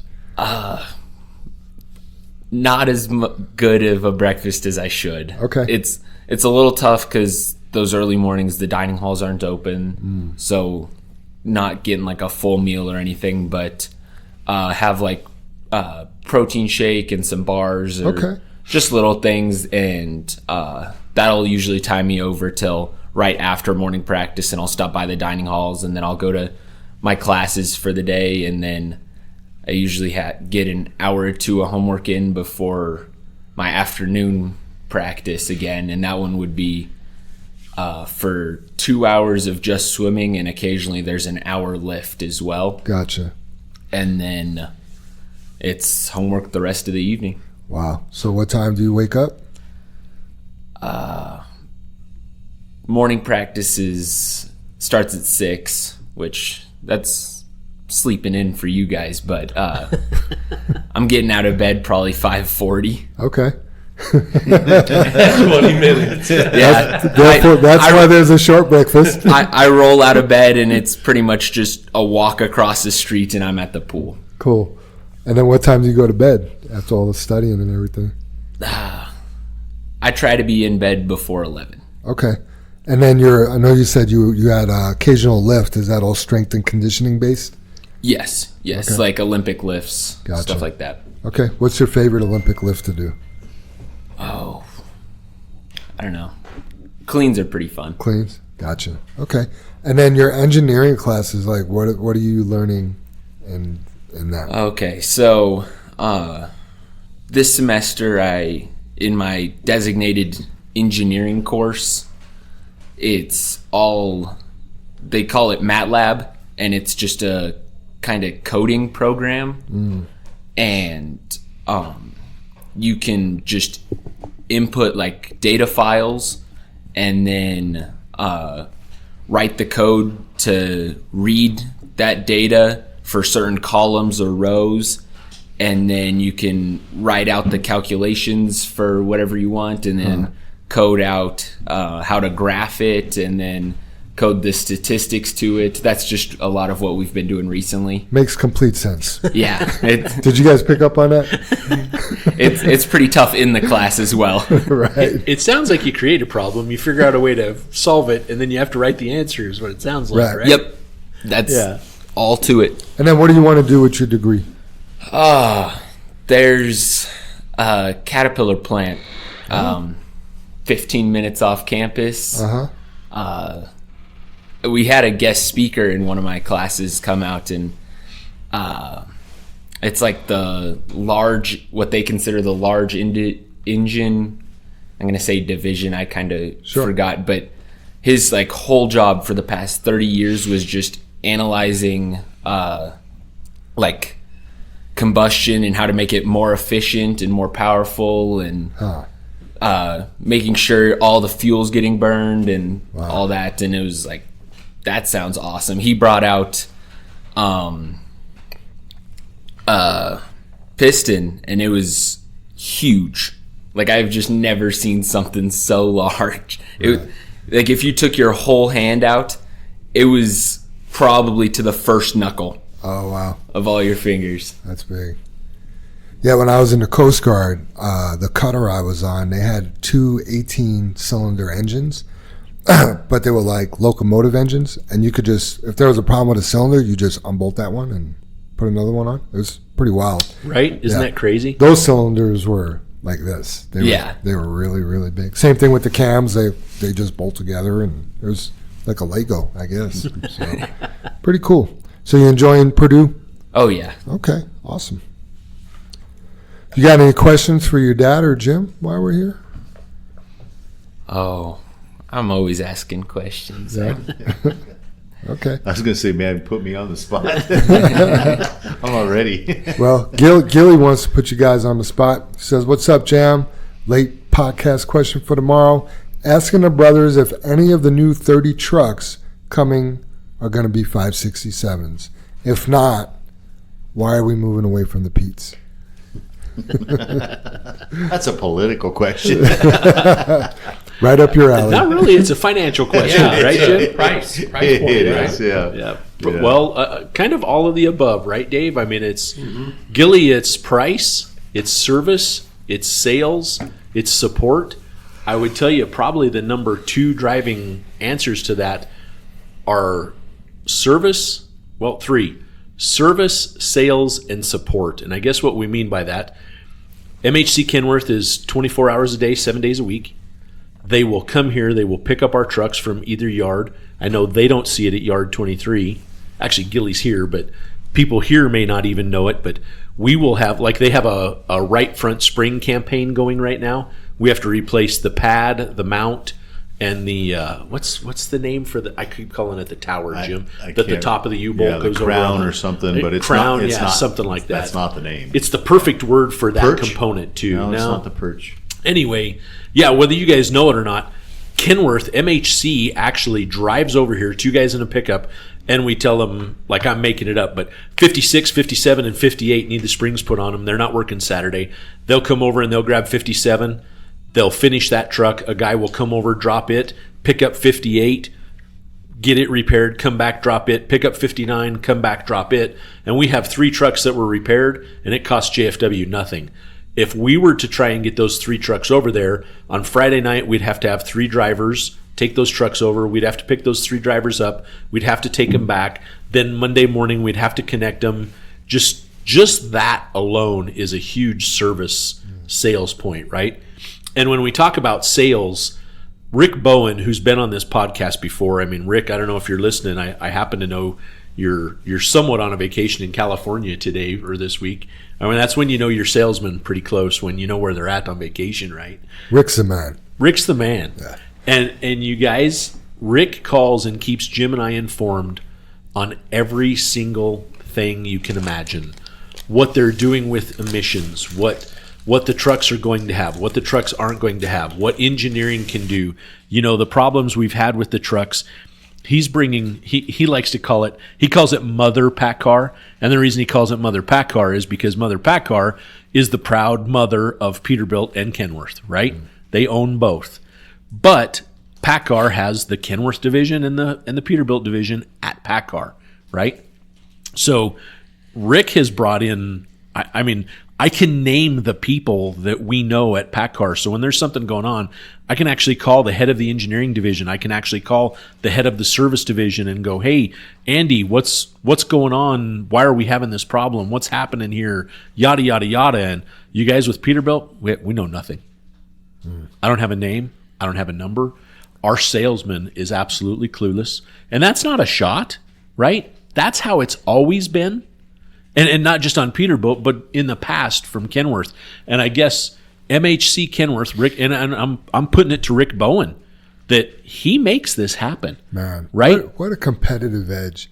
Here you are, you got the same mom. Yep. How do you stand out? Right? Rick Bowen. And you get a guy like Rick Bowen and do it. We've told everybody above Rick basically, you know, that we wouldn't be buying Kenworths if it wasn't for Rick. Yeah. And that's an absolute truth. That he tips the scales in a huge amount. Yeah. Wow. I mean, there's a there's a few things. I mean, so you've got the sales side, you've got the educational side that Rick just on a daily, if not daily, weekly bonus that he's providing us. Then there's also, believe it or not, there's such a thing as called cost of ownership, right? And weight. The Kenworths are on average 100 to maybe 300 pounds lighter than the Pete's. By the time we add the big Texas bumper and that big mount up front underneath to support that. But here's the deal. We still bend the heck out of those Peterbilt bumpers compared to the Kenworth bumpers. We still buy more Peterbilt bumpers, and we only own 25 of those trucks than we do Kenworth bumpers, and we own 80 of those or 70 of those trucks, right? Give or take. Right? The steps that get hit on the scales don't stick out as far. So we tear up more Peterbilt steps than we do Kenworth steps, and we have more Kenworths than Peterbilts. So there's a cost of ownership there that is a big difference. And I guess basically you're talking about the same identical truck that we're comparing, right? You take that hood off and the emblem off. That is the same cab. That is the same engine. That is same engine, same transmission, same differentials.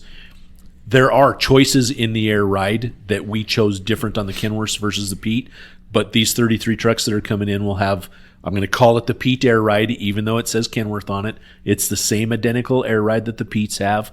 So there's a lot of things there that, just add up to let you make your final decision. You know, it's not just, oh, we want Pete's and we're going to go with them, right? I mean, I would love to do that. The resale appears to be the exact same between the Pete and the Kenworth, and when the price is exactly the same, that makes a difference, you know. So those are the things hands down that are drawing us to the Kenworths, and it's a pure financial position, and I guess. You know, how we look at that, it's like, okay, we have a truck that's going to cost us less to own. What does that provide us? Well, that provides us a better financial future that we can put that money into our people, because now we've got a great product in addition to great people, right? I mean, that's how we've always looked at that, is that's the best truck to buy for right now and have a blend and continue to try things, right? I mean, we just tried the 5 Western Stars. We made some choices on those Cummins engines because we still needed them light enough to compete with the PACCAR product, even though they're still just a touch heavier. If we would have went with the X15s, they would have been another 1,200 pounds heavier. And that doesn't even put them in the market. I mean, it wasn't even worth owning those trucks then. You know, and the Freightliners aren't here anymore because we have no resale in those. I mean, we take like a $30,000 hit on those trucks, pay the same virtually for them, and take a $30,000 trade-in or resale hit. What about the new Western Stars? I think the resale will be better than the Freightliners, and it could be questionable because we did the X12 instead of the X15 in them. So when the time comes, we'll find out, Jim. Sure. That's all I can say about that. Okay, gotcha. It tried to look, Dave, best I can come up with in the parts diagram is top plate. And I don't think that's that's not they show it, but that's not the name of it. But yeah. So hopefully I answered your question, Gilly. I'm a Pete guy, buddy. I like him. I can't say I'm a fan of the new 589. I can't tell you I don't like it. You know what I mean? I after we went to that reveal, I made mention that I think the average person isn't going to see a difference. No. You know, I mean, you walk a housewife out there and you could park a 589 next to a 389 and they'd be like, what's the difference? Right. Yeah. And then you have to walk up and point it out. I think the biggest thing they might notice is the one-piece windshield, but I think very few people will notice the inset air cleaners. Right. Yeah. Right. It's well hidden, Dave. Yeah. You have to be a connoisseur of that truck to really. If it's going sideways down the freeway the other direction, there's no way. The average person is no way going to know. Right. Yeah. So. Yeah, I think for Gilly, I know you did a great job covering all that, Dave. But there, just for information for everybody, there is a lot of time spent in that. Oh my gosh. I just don't think people realize.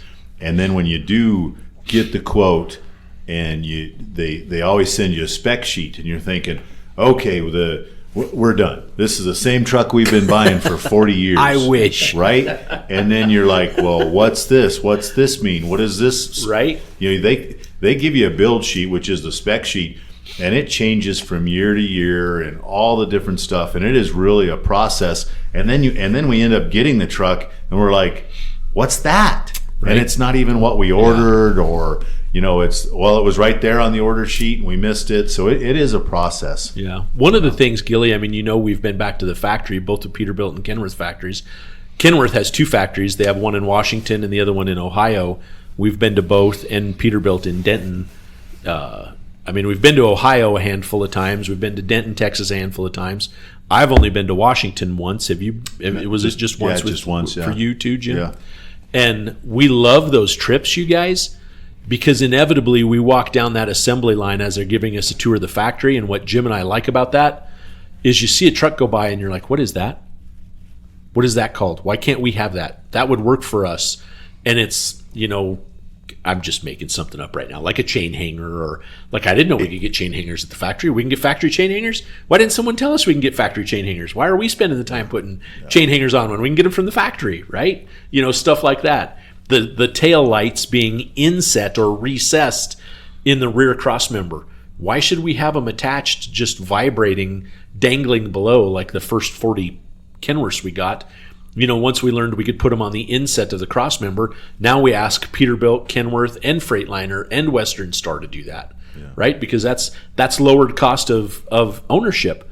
Those other brackets that we have on the 40 Kenworths, those all break. Every single one of them break, right? And that's maintenance. That's cost of ownership. When that truck is in the shop, we're making a payment on it and we're paying a mechanic to work on it. That is costing us money. When it costs us money, it costs you money. Yeah, listening to you, Dave, it's like here we have one flavor of truck. You might see a Western truck, and that's another flavor of truck. It's just that, or somebody else here locally. But when we go back to the factory, it is literally like walking into Baskin Robbins, and you have 31 flavors right. sitting in front of you, because you see what everybody in the nation is ordering. Right. And what we ran into also is you also get a blend, and we did it at Freightliner and we did it at Kenworth, is a Canadian truck. We've also seen a African, South America, not South America, South Africa. South Africa. But you see these flavors of trucks and what other people are buying, and you're like Dave said, just to reiterate, it's like, well, what's that? Why is that? And right. some of the Canadian stuff and some of the other countries, they're not our emission standards, and they don't have to meet the specs we meet. And we're like, well, we really want that, and that's illegal in America. But most times it's just so many flavors of trucks. It's amazing. I mean, that's a good analogy, Jim. You have 31 flavors, plus then you have toppings. Yeah, you're just. Do you want sprinkles? Wow. Do you want nuts? Do you want whatever? Curve stack, slanted stack, stacks behind the right. cab. Double frame, no frame, short frame, fifth wheel, rear ends. Tank heater. Batteries. That's where we found out about the batteries, that you can take Bluetooth. Bluetooth. You can take your phone and know the voltage on it. You just walk past the truck and get all your voltages off your batteries. They're expensive, but in a big fleet, or maybe somebody that's running the winter all the time, that you want to know if that battery's good, just Bluetooth it, tell you right the voltage in the battery and everything. That's also where we learned about the battery that we've just put in the three super tandems. Yep. Yeah, it's not a battery, it's a man, I'm going to say generator, and that's so wrong too. Right? Not a ballast, not a generator, not a rheostat, not a what holds energy, Super Dave? Something holds energy.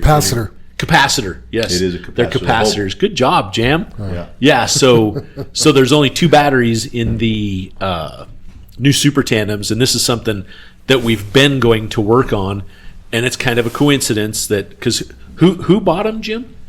Because they were putting them in at the factory. Someone bought the batteries. Was it Tesla? I just want to say it was Tesla. You can just say yes. Yeah, I think so. I know it was because it was a test for them too. Yeah.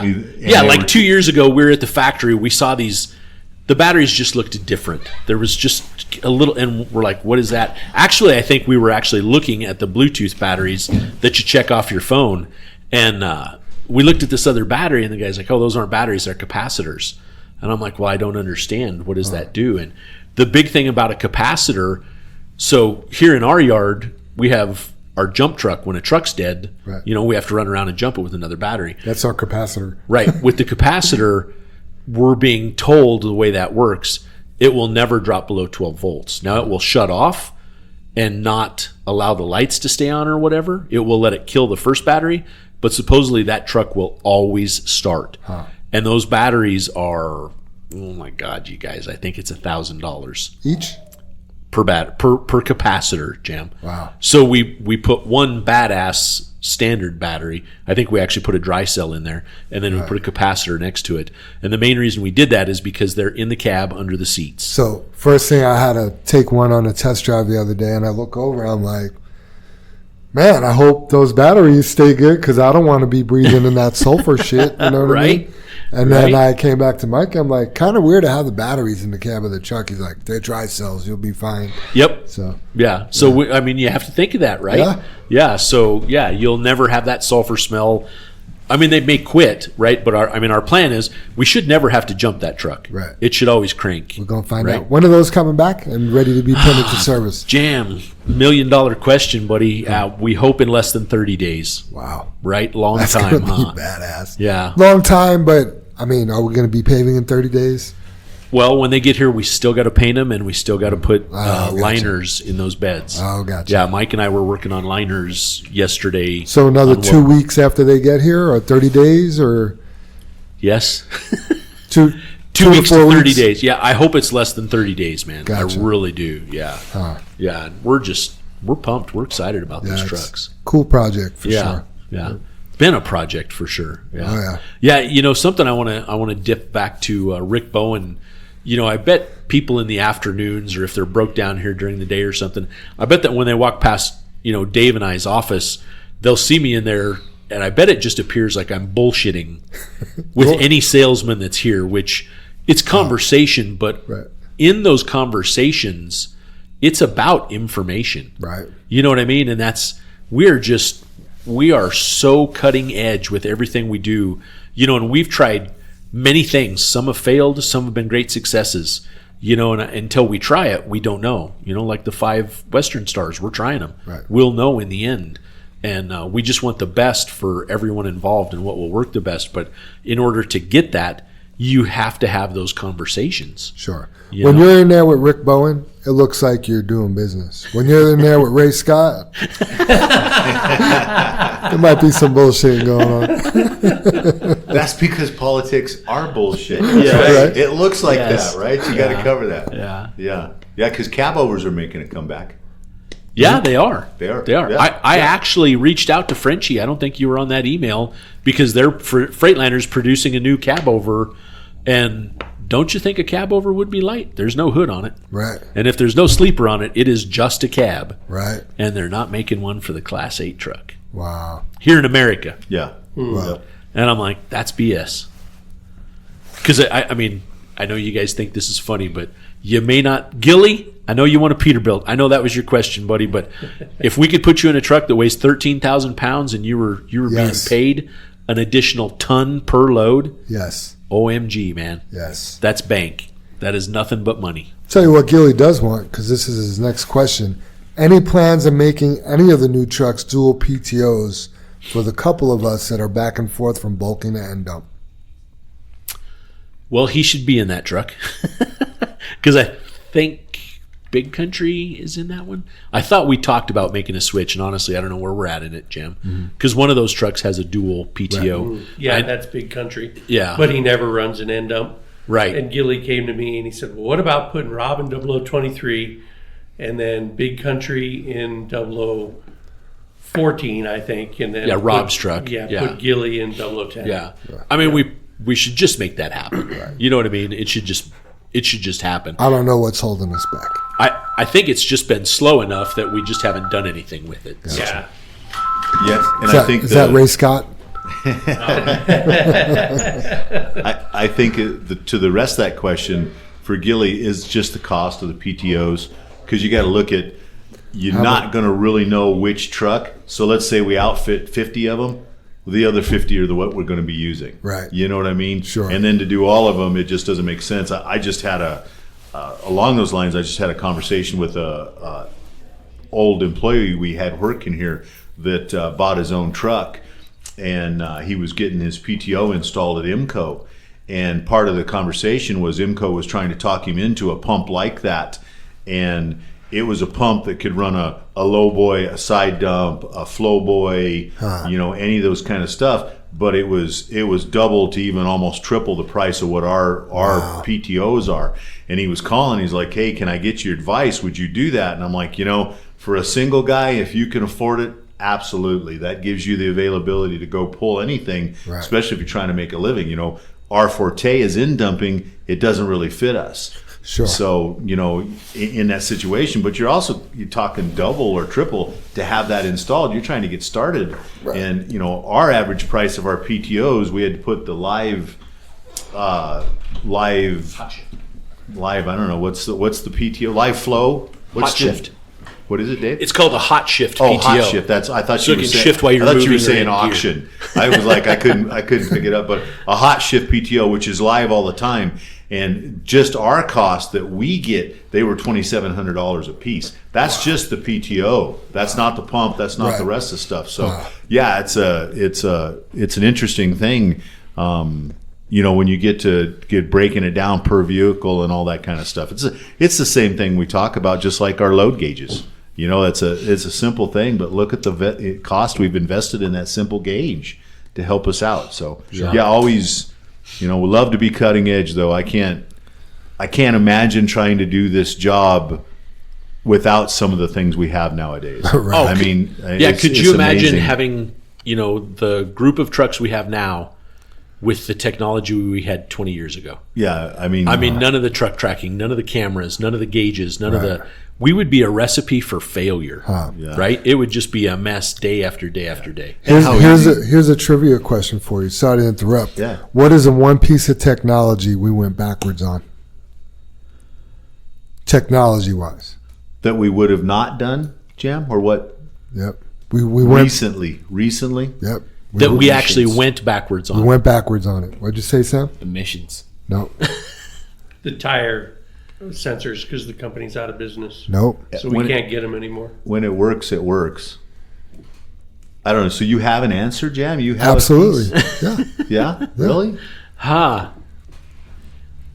I need to stew on this a minute. I don't know. I'll come back to it. Let's do tips and tricks, and I'll come back to it if you're done, Jim. No, I'm good. Yeah, Judge. When did you want to talk about Saturday? Yeah, that's our add-in, isn't it? Right, right. Do you want to do that? I think we should do it before tips and tricks. Oh, or are you okay. thinking after tips and tricks? I was thinking closing. You don't have closing thoughts? I do. We say I like goodbye. to get to closing and then take another 15 We minutes. say goodbye for an hour around here. Well, I think it's kind of part of the discussion. Okay. Yeah, So, it doesn't matter. Throw it in. So Yeah. it would be right now then. Exactly, Jim. I guess, I want it right now. But we can discuss it as we discuss it. I just wanted to throw one more thing. Discuss it as we discuss it. I just wanted to throw a couple things out as we tell everybody about it, because I don't want somebody to hear that we have something and then it's gone. Right. We have to figure that out. Good point. So Good point. talk about it and cover that. Yeah, so, I mean, I don't know whether we've mentioned it. What? You gave us an uh-oh? Is everything good, Jim? Yeah, I'm just waiting for what you're talking about. Well, you said uh-oh, and you reached up to the board there like I was just we're not turning it down a recording little or bit. something's not working or No, something. we're So- good. Yeah, No. you and Ace have already helped us out tremendously, so it's along the same lines, Yeah, and that's what we want to pass this on. Oh, Let gotcha. Dave- Yeah. let Dave. So, I mean, Mom and Dad have lived at the same house for just shy of 40 years. They've been in that house up north since 1987. And so after Mom passed away, Dad has now moved into an amazing place called the Gallery up there. I mean, An it is independent living facility. Yeah. It's not. But it is second to none, man. Yeah, It dining is. halls It and- is an amazing place. So, unfortunately, he can't bring everything he owns with him, right? So we talked him into having an estate sale and basically, sold more or less. I mean, him and Mom were married for 64 years. 4 years. Yep. And you accumulate a lot of stuff during that time, right? I mean, it's a lifetime worth of your goods together. Yep. So we had an estate sale last week. It was Wednesday, Thursday, Friday, Saturday, and gosh, Jim, I would tell you they sold 80%. Yeah. 80% of the stuff from inside of the house, but we have 20% left, and there's it's an older flat screen. It's a plasma. That's probably why it didn't sell. Tons of encyclopedias, tons of kitchen stuff, meaning glassware, plates, tons of stuff from their bar downstairs, which are more bar glasses, and there's stuff in their exercise room. It's a complete Bowflex. There's a tanning bed. There's a Bowflex. There's towels. There's Towels out the wazoo. If you need towels, a bed. There's a dresser, and when Dave mentioned like glasses and plates, a lot of the glasses are usable, but there's some great plate sets. there's a whole But they're set. They're older plates. They're 1950 plates. I'm not sure people want that, but we don't want to just throw them away. Right. And I'm interrupting you, Dave, but I want to. There's a complete 6 foot wide china cabinet. Wow. Right. It's a nice china cabinet. That's 6 foot tall. Yeah. With glass, so you can look through the glass doors into your china in there, right? And drawers and closed cabinet doors down below. Is that a full or a twin bed in the one room? A twin. I don't think. It's a full. I think a couple dressers left. Yeah, but they're older dressers. Yeah, but, Yeah, everything is in very good shape. Some of it's old, right? I mean, that's the bottom line. Everything is literally like new, and I guess we're to the point we have to empty out the house. It's going to crush us to throw it away. There is a ton of good stuff in there. A ton of good stuff.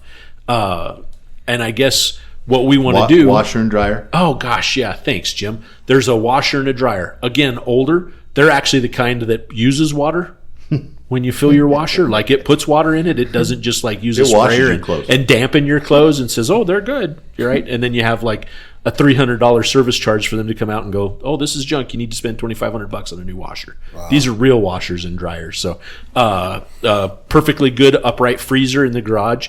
Super Dave thought you would need that, Jam. I got one. Well, that way I'm just hoping my wife doesn't listen to this week's podcast.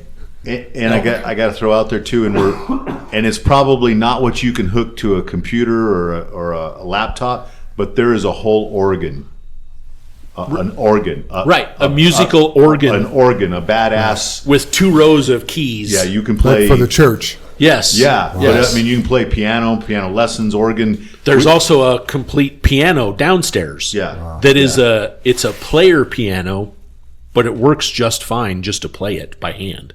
Like, use your fingers. Oh, so it's got like it has the scroll, the braille. Yes, yes. Wow. Which, I mean, we don't know how old. Well, you looked. How old was it? 1918, 27. What kind of condition is that in? The piano itself's in really good condition. Right.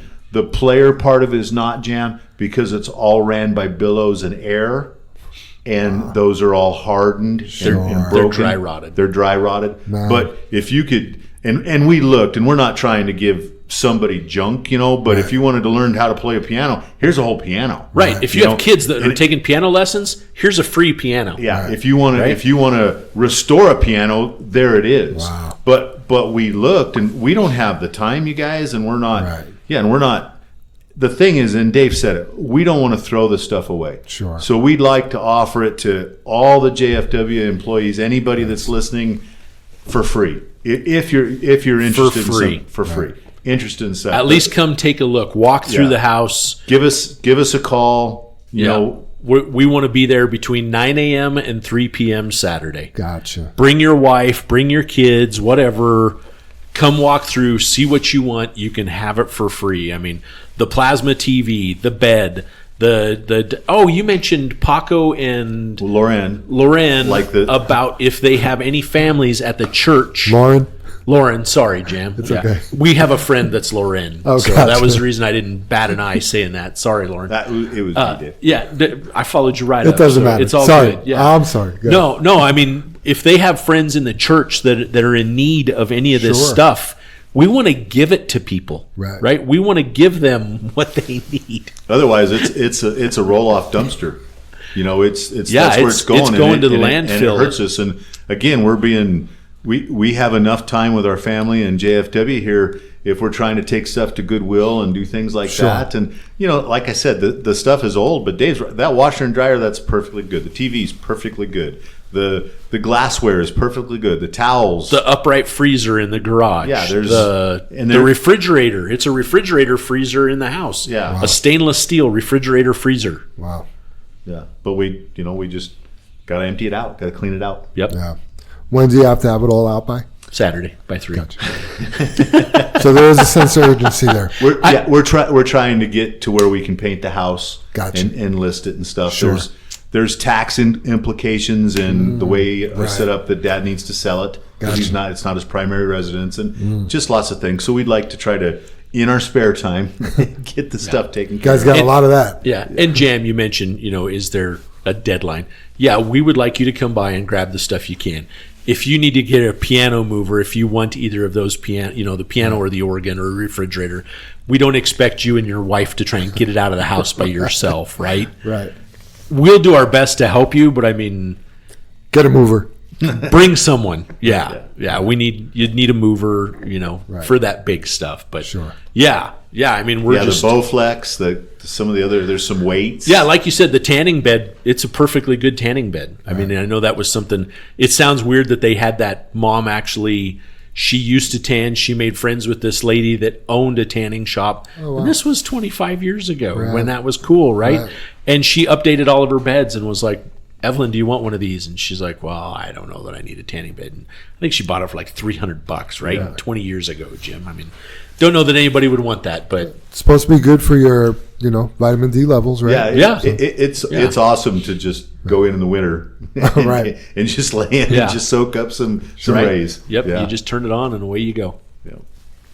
yeah. So What else is some of the stuff in there, Jim? I mean, I know there's you some took stuff left in pictures, the yeah. garage. and I mean, instead of, I guess my thing is if somebody comes by and grabs the plasma TV, I don't want somebody to, come an hour later and go, hey, we heard you were giving a TV away. Right. I guess call me and Dave or try to check First on come, it. first serve. Yeah, and you don't all have to be there at 9:00 either, but we're going to try to be there, like Dave said, from 9 to 3 Saturday, or give us a call or text us or whatever, or email the rest of this week. And Sure. if you're interested, we're not trying to force it on anybody, but we. Yeah. Oh, I'm we sure you'll get Look- some takers. Looks like there's some shelving left in the garage. Let's see what else. Again, shelving in the garage. Got some miscellaneous like brooms, some shovels, some cleaning supplies. Looks like there's some fertilizer, some weed killer. I know some of that stuff sounds odd, but that's all stuff you add up. Looks Yeah. like an ironing board along with the washer, dryer. Looks like there's a little table in the laundry room. More cleaning supplies in the laundry room.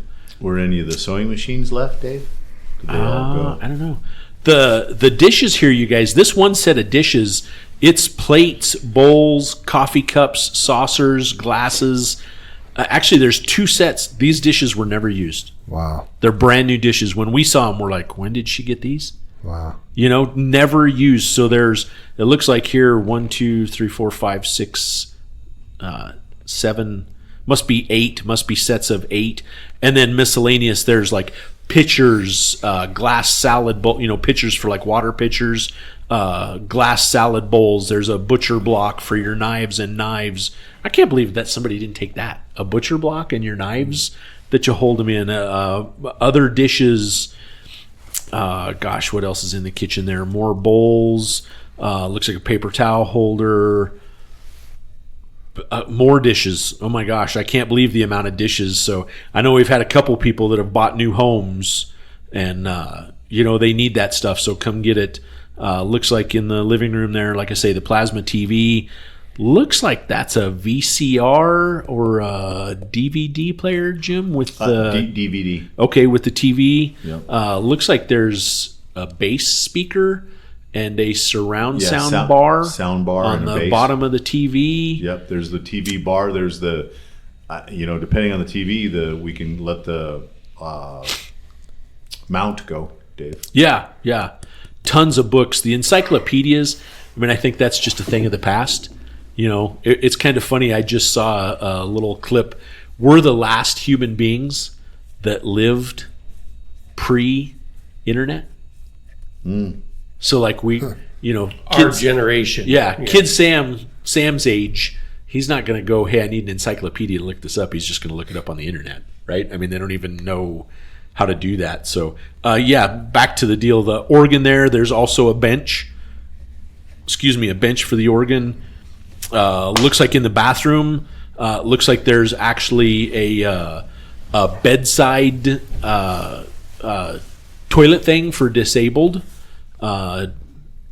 Tons of clothes in the closet. It looks like still mountains of towels. If anybody needs some polished towels, if you just want rags, come get the towels, right? Tons of stuff here.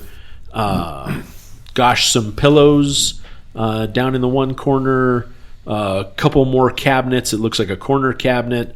Looks like the one bed. It's a pretty small bed. Is that a twin? Yeah, it just. Well, I thought it was a full, but it could be a twin. Yeah, it's it. I think it's a full. Is it? Is it the Yeah, closet? like second bedroom. Yes. Or, Yes. Yeah.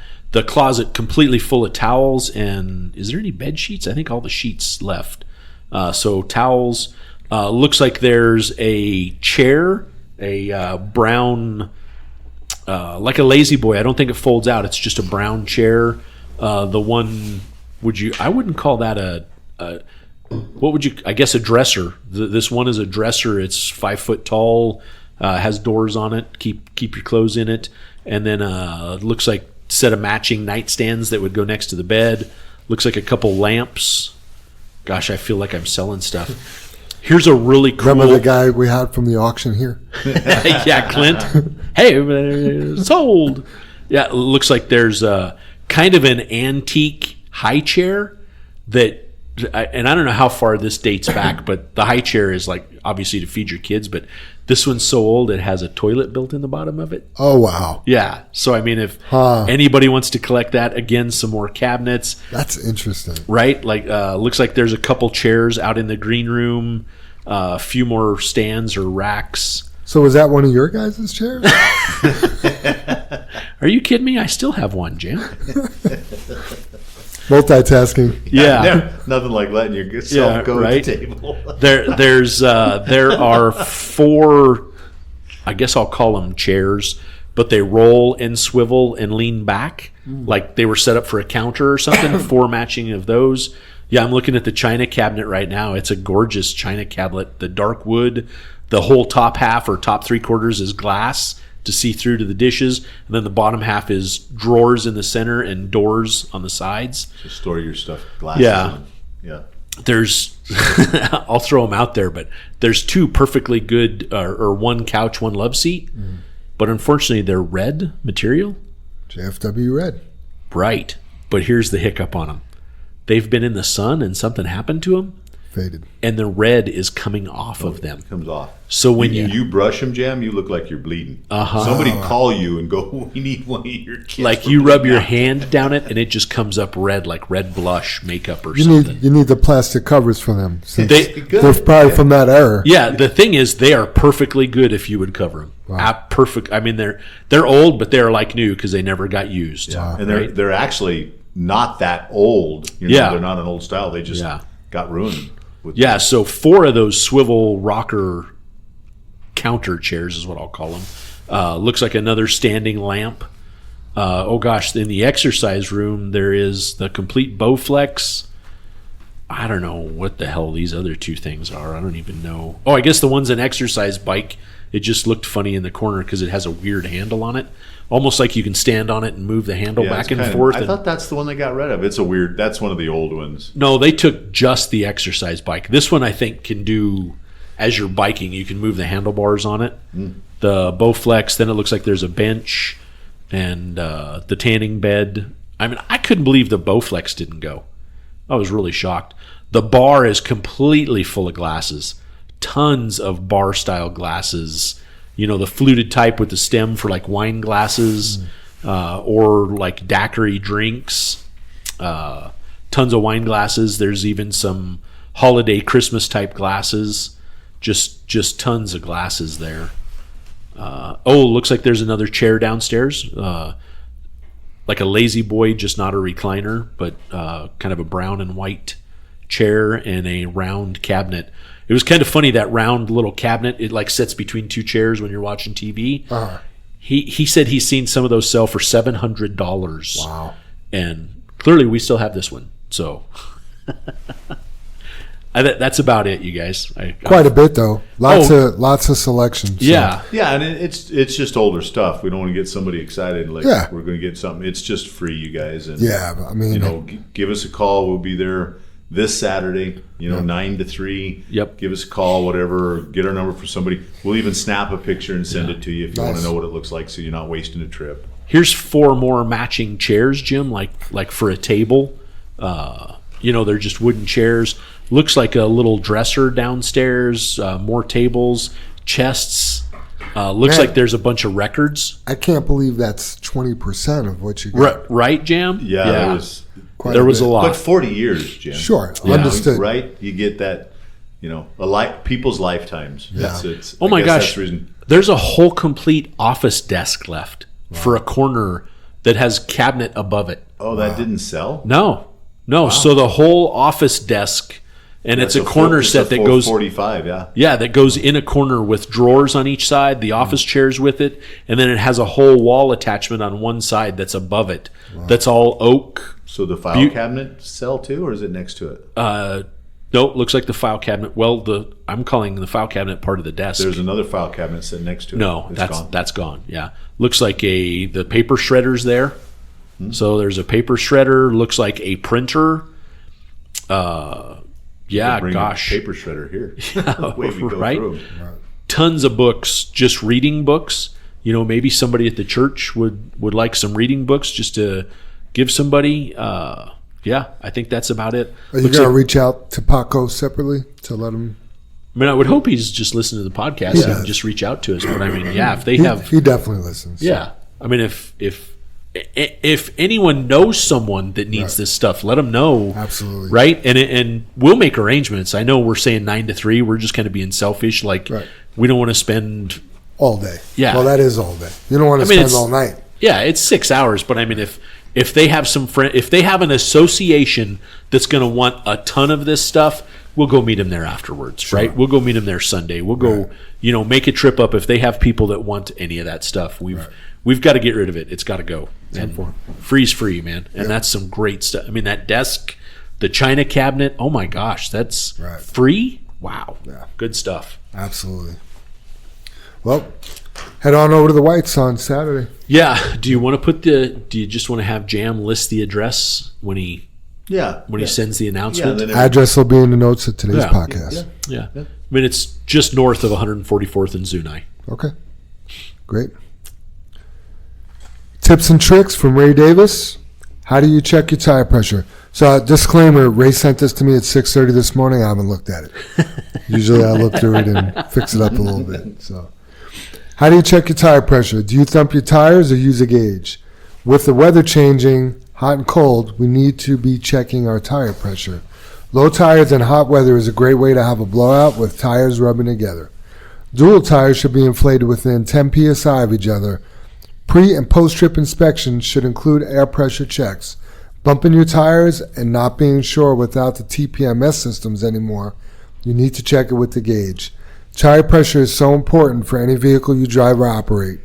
Also, we have a storm coming in with some heavy snow. With that said, we need to make sure we have our tarps rolled all the way in so that snow doesn't get in between the arches of the tarp and rip and tear your tarp from the weight. Trainer tips with Kendrick spending longer time with new trainees and weather and later starts. If you have a trainee that is doing great and gets it all and you are struggling to get them to the plants or pits, if you're driving by one that you haven't been to yet, like Ragsdale, and you haven't been to Plant 3, just drive through to show them. Just drive through to show them. I know we're giggling about it, but it's a good point. You're driving right by there. Yeah. Yep. Just take them in and do a hot lap. Right. That's all you have to do. Excuse me here. I'm trying to fill in for you while you get caught back up in there. Just get on the CV and let the loader know you're just driving through for training purposes. Oh, there you go. Yep. Yep. It's an easy way to get them there and see everything. Just going to a place once really helps instead of trying to tell someone over the phone or CB. That's very true. Hope all is well with the JFW friends and families and listeners. Remember, safety has no blind spot. Look and lean, sit up on your stool, don't be a fool. Much love and respect, Ray 0013. And then he says, a black sheep coming soon to a yard near you. We really teased him the other day. He came up and talked to me and Dave because he was trying to come up with tips and tricks. And Dave's like, hey, he said, thank you, Ray 0013. And Ray's like, yeah, do you think we could do that with one of the new trucks? And Dave's like, I'm thinking an all flat black truck with 2013 on, or 2013, 0013. 0013 on it and stuff. Ray kind of, is lit up a little bit, and Dave then looks at him and goes, not going to happen. I was like, we could put under the 0013 black sheep of the family. Right? That's funny. So, yeah. Soup, what do you think? Can you hit us with that high road hauling? Sure. So, everybody kind of has random thoughts now and again, right? Maybe they're in the middle of doing something and their mind's wandering. So this high road hauling is a product of one of those days where I was just having random thoughts. But yet I thought it was important because it does touch literally everybody at one point in time. So the title of this week's high road hauling is The Little Things. It's the little things that matter the most. Pay attention to the little things, because when you miss someone or something, it's the little things that you miss the most, like a touch or a smile or a special moment in time that you share. It's when those moments or people are gone when you realize how special they were and that it is a once-in-a-lifetime experience. You can't relive it or recreate it. You never, or maybe rarely, realize it in the moment. It's only later when you realize, wow, that was special. Here are some things to think about to help you better identify the moment when it's happening. So my mom died of cancer in 2004. I was visiting my parents on a trip in June of that year. When it was time to say goodbye, I was focused more on getting to the airport and catching the plane. But my mom was very emotional and I just brushed it off, trying to reassure her, hey, don't worry, I'll see you soon. I was planning to go home again at Christmas. In December of that year, I got a call from my sister, and she said I needed to come home right away. Of course, I booked a flight for the very next day, and I was on the plane within 24 hours. I didn't make it. Mom passed about when I was getting the rental car at the airport. We buried her on Christmas Eve, and I regret I didn't realize what was happening in the moment in June, that it might be the last time I see her. Well, I'll tell you what, my mom sure knew.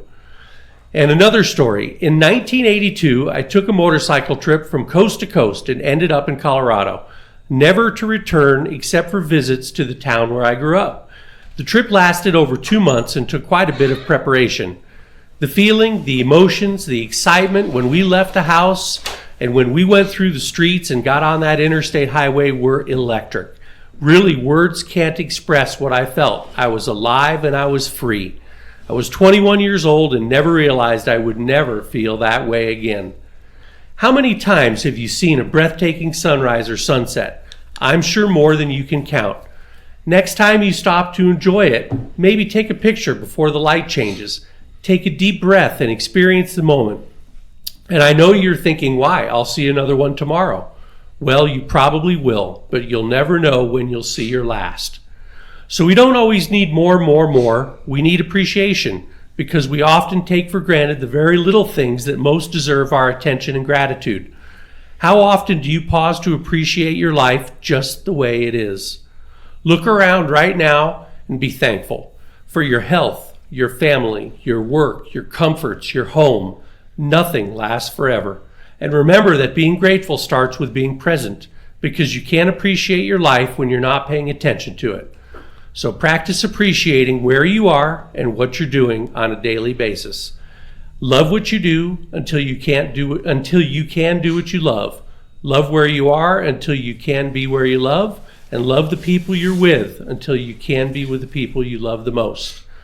And the quote this week attaches closely to that thought. Every morning that I wake up and I'm breathing, I can feel it and take a moment to say, thank God I'm alive for another day. And that was spoken by Ron Cephas Jones, and he is an American actor. So, wow, that was fabulous, Dave. Very good. That was a good one. I've never heard of Ron Cephas Jones. I like his quote, but I've never. He was a lead guy on the show called This Is Us. Oh, yeah, and I don't know. It's really just I looked him up because I didn't know who he was either. He passed away in 2022 from complications of COPD. So he had trouble with his lungs. And that's why he says, every day I wake up and I'm breathing, I feel it, So take a deep breath when you wake up in the morning and Yeah. and just say thank God for one more day. Yeah. Yeah, I mean, you mentioned your mom, Dave, and I know you've lost your father also, and you know we've talks about that. Mom passing last year, and you know, God forbid at this point your stepdad, Jam, but Sure. you know we're just in that season, you know, and that's our seasons of our lives because we're aging. You know, you talk, you know, I've joked with everybody. You talk about my birthday coming up, and I'm about to turn 60, and I tell everybody for the last few weeks that when I was younger, if I seen somebody and they were 60, I was like, they're freaking old, you know. And now I'm 60, and those things happen. So your High Road Hauling is so poignant because you got to take a little bit of time and remember that sunrise. You know, I don't know how many sunrises I've seen, and I just, you know, you just take that second, Right. You know, and you know, enjoy. You know, perfect one, Dave. A good one. Yep. Yeah. Final thoughts, everybody? I'm going to jump in there because I think, you know, what Dave talked about, I think it's a good segue. I want to talk about mental toughness. And I have a list here of 13 habits of mentally tough people. And I guess because Sam's here, I kind of want to give him kudos for a young man. He's had to endure a lot this season with his swimming career, and he's had to have a lot of mental toughness. And I think that mental toughness, you know, you can see people that are physically tough, but when a physically tough person is injured or hurt and can't be physical anymore, they have to have so much mental toughness to get through the physical, you know. So I guess, you know, Sam, I know your swimming career hasn't went the way you wanted it to this year, but you know, you missed 5 weeks with a concussion. Now your shoulders are kind of jacked up, and I just want to say I'm damn proud of where you're at because you're so mentally tough. And I know you've had a lot of support around you with your team and the school and the college, and you know, hopefully your family has been able to provide that as well. So I just have a list here and some quotes and a little bit of conversation, but the first quote is from Thomas Edison, and he says, "I have not failed. I just found 10,000 ways that don't work." Right. You know, and I love that quote because we don't learn unless we fail. You know, and some people are afraid to try because they may fail, right? You know, Jim's quote, the one that he loves about, you know, the warrior in the arena who's bloody and marred, he may have lost, but he was the frickin' warrior in the arena. Right. Right? You know, you look at that stuff. This is all mental toughness, and it's paramount for achieving any lofty goal or overcoming extreme hurdles. Few great things in this world come without a little bit of adversity. Nothing amazing happens inside our comfort zones. I love that. Whether we're talking about earning a promotion, nurturing a challenged marriage, mastering a sport, building or saving a small business, battling disease, dealing with the loss of a loved one, raising children, or hunting terrorists, some suffering will always be attached. Right. That's why the things we love and we work hard for are rewarding. One of the first quotes here is, "Love a good challenge. Mentally tough people view obstacles as a challenge, not as a paralyzing event. They look at their failures and mistakes as lessons to be learned from and opportunities for growth. In other words, they embrace obstacles that are better than others because they lean in." Number 2 is practice true commitment. Resilient people are committed to their lives and goals. They have a compelling reason to get out of bed in the morning, which is usually early. They are not easily deterred or distracted by opportunities that are unrelated to their desired outcomes. Gosh, I kind of freaked out for a minute. I forgot it was on the back page. I went to the second. I was like, oh, shit. Number 3, focus on what is in their control.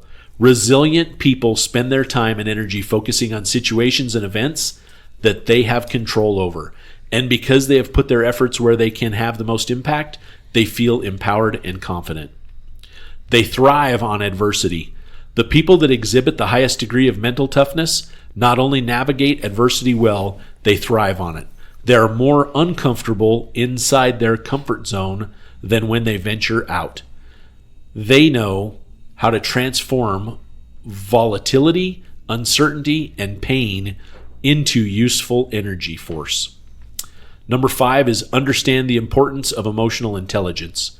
Emotional intelligence is the bedrock of mental toughness. You cannot be mentally tough without the ability to fully understand and tolerate strong negative emotions and do something productive with them. Number 6 is show true confidence. As Henry Ford once said, whether you think you can or you think you can't, you're right. Love that quote. I mean, we've used that a handful of times. Number 7, embrace change.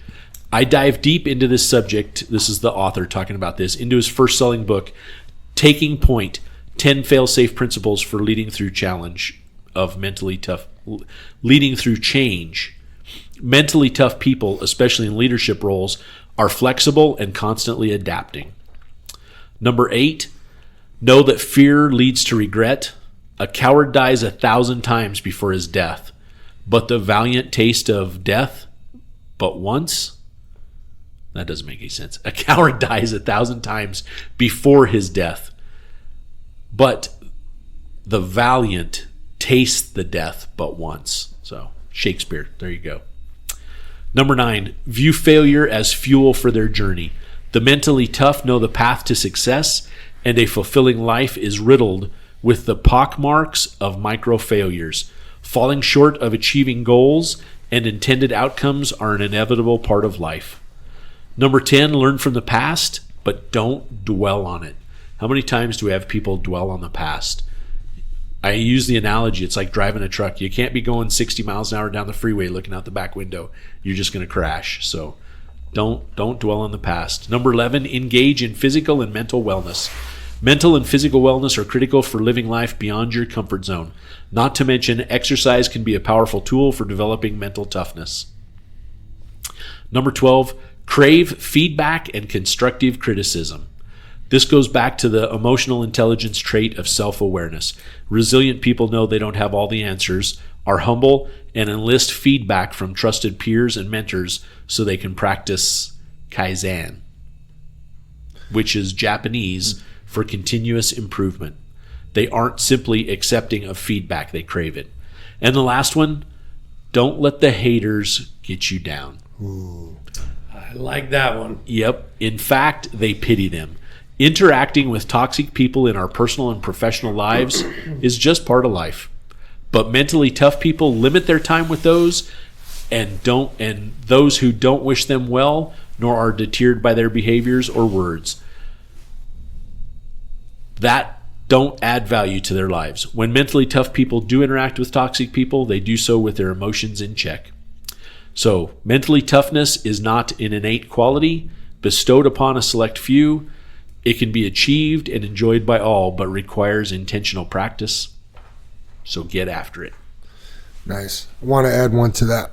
Yeah. So mental toughness is the idea that the only thing worse than losing at something is quitting. Oh, yeah. Yep. So, Sam, how are you so mentally tough? Where do you get your drive from to keep going? I think I've had some great role models to look up to. Definitely some driven people in my family. And like my dad mentioned, the resources I have there have been phenomenal. And the team, I've only been here a couple months and they're my brothers. Right. That's awesome. Yeah. Good stuff. And what's your status right now on your shoulders? Did you guys hear anything back, or are you still waiting? I have MRIs scheduled for when I get back. Gotcha. Yep. Or we may run up there today. Well, that's part of the program up there. They're on Purdue's bill, right? You know, so yeah. You have any closing thoughts? I do. They're somewhat related. This is just a page out of a book. So the author kind of mentions himself a little bit just for some context. Are you satisfied, hungry, or starving? These 3 categories are how I've ranked teams I've coached in the past based on their daily effort. When you're satisfied, you don't have a desire to improve, and you're happy with where you're at. Satisfied teams no matter how talented, are in decline. When you're hungry, you'll do what's required of you, but no more. Hungry teams are, in other words, average. When you're starving, though, it doesn't matter what's in your way. You're going to find a way to get it done. Starving means you're seriously chasing something. You constantly do extra work. You arrive early, stay late, and have extreme passion when you train. And you make others around you better. At the end of every week, my staff and I would sit down and go over every name on the roster and place them in one of those 3 categories. It's one of the most important things I've done with the team. It establishes your culture. It sets the work ethic you desire to have in your building. In your career right now, are you satisfied, hungry, or starving? As a player, where would you rank? As a parent or spouse, how would you rank?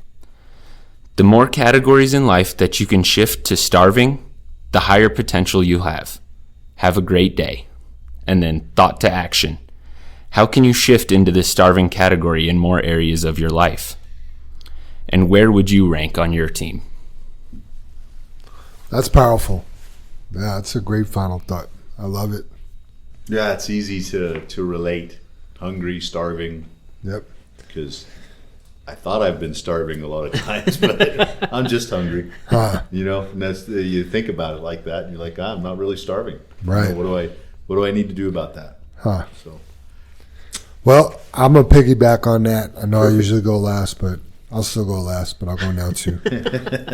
So my final thought is just a definition, because we talk about standards here a lot, and the JFW standard.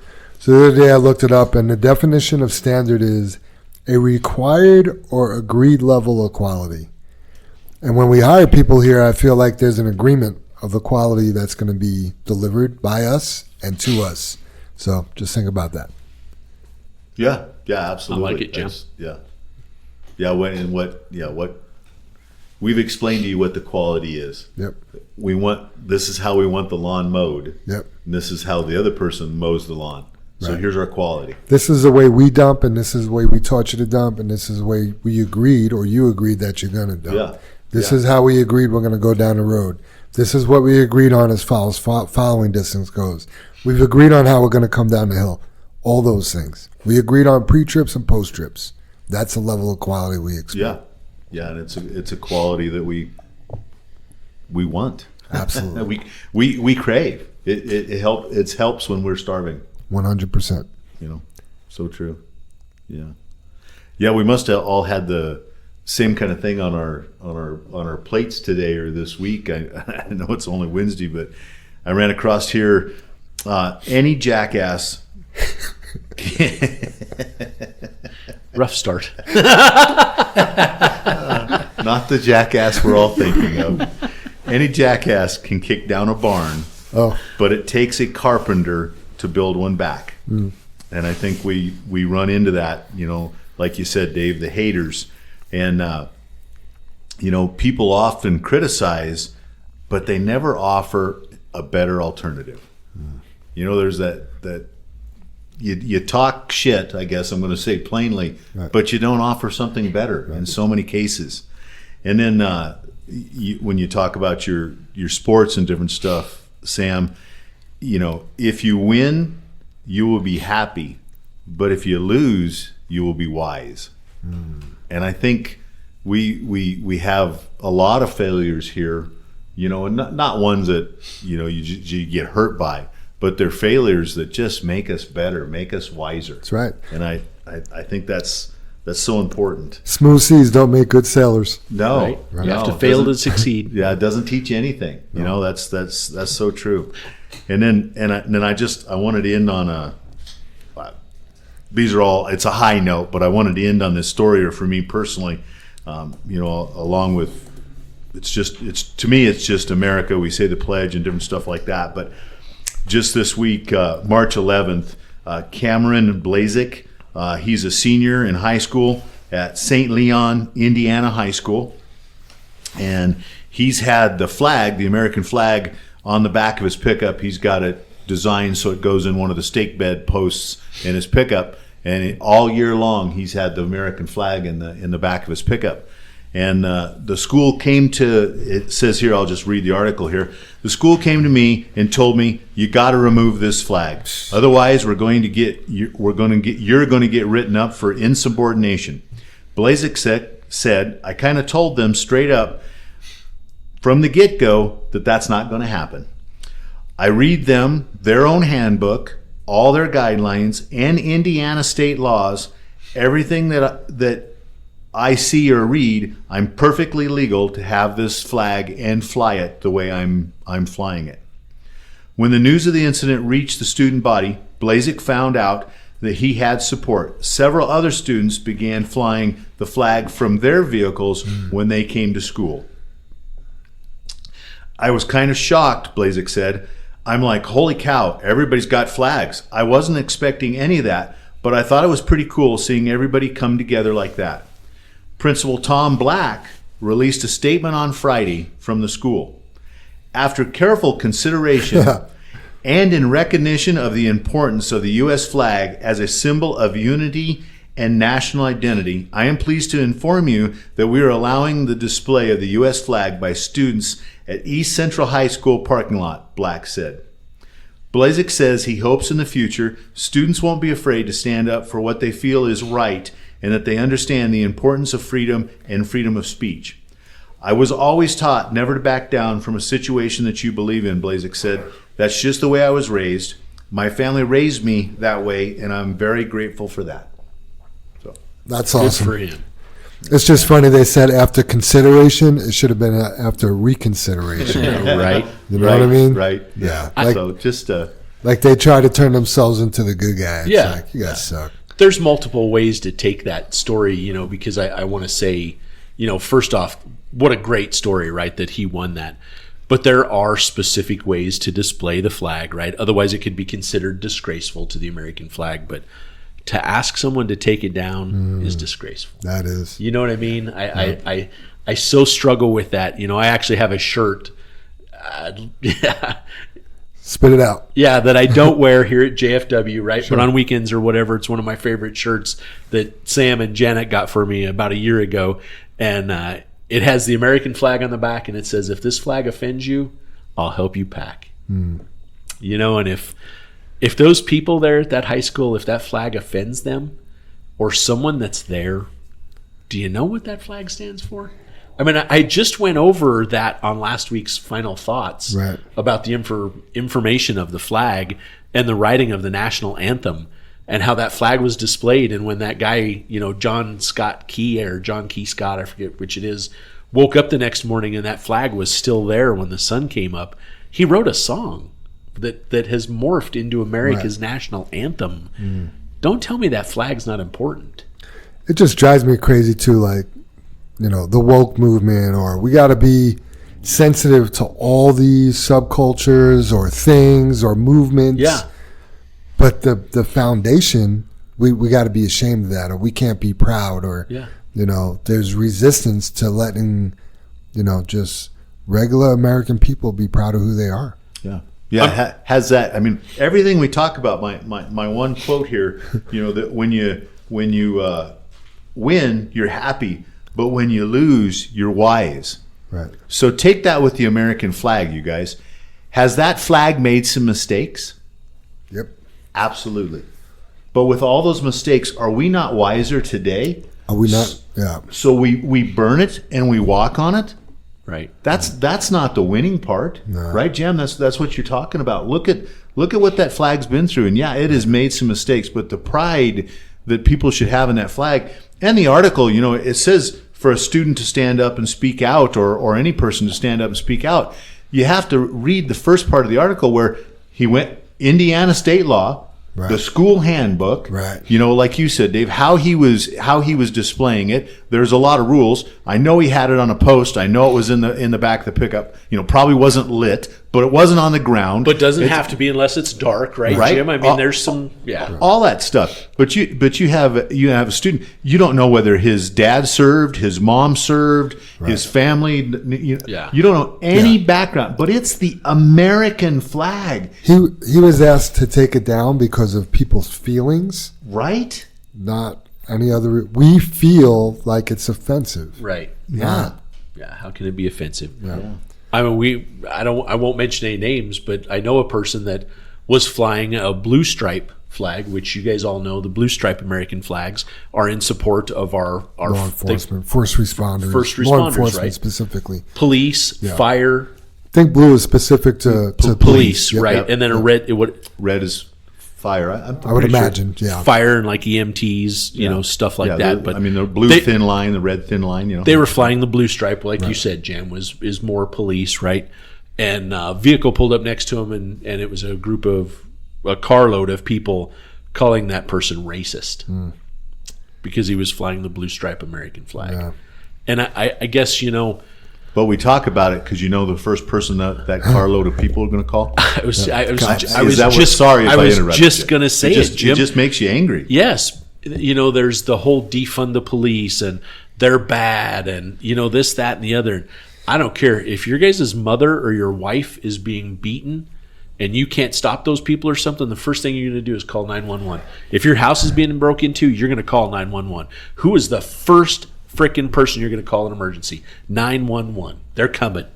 Yeah, was it Kendrick or Casey who just, even Scooby, I don't know, I can't remember who we were just talking to, that Seattle just had a special session. I think it was Kendrick or JR.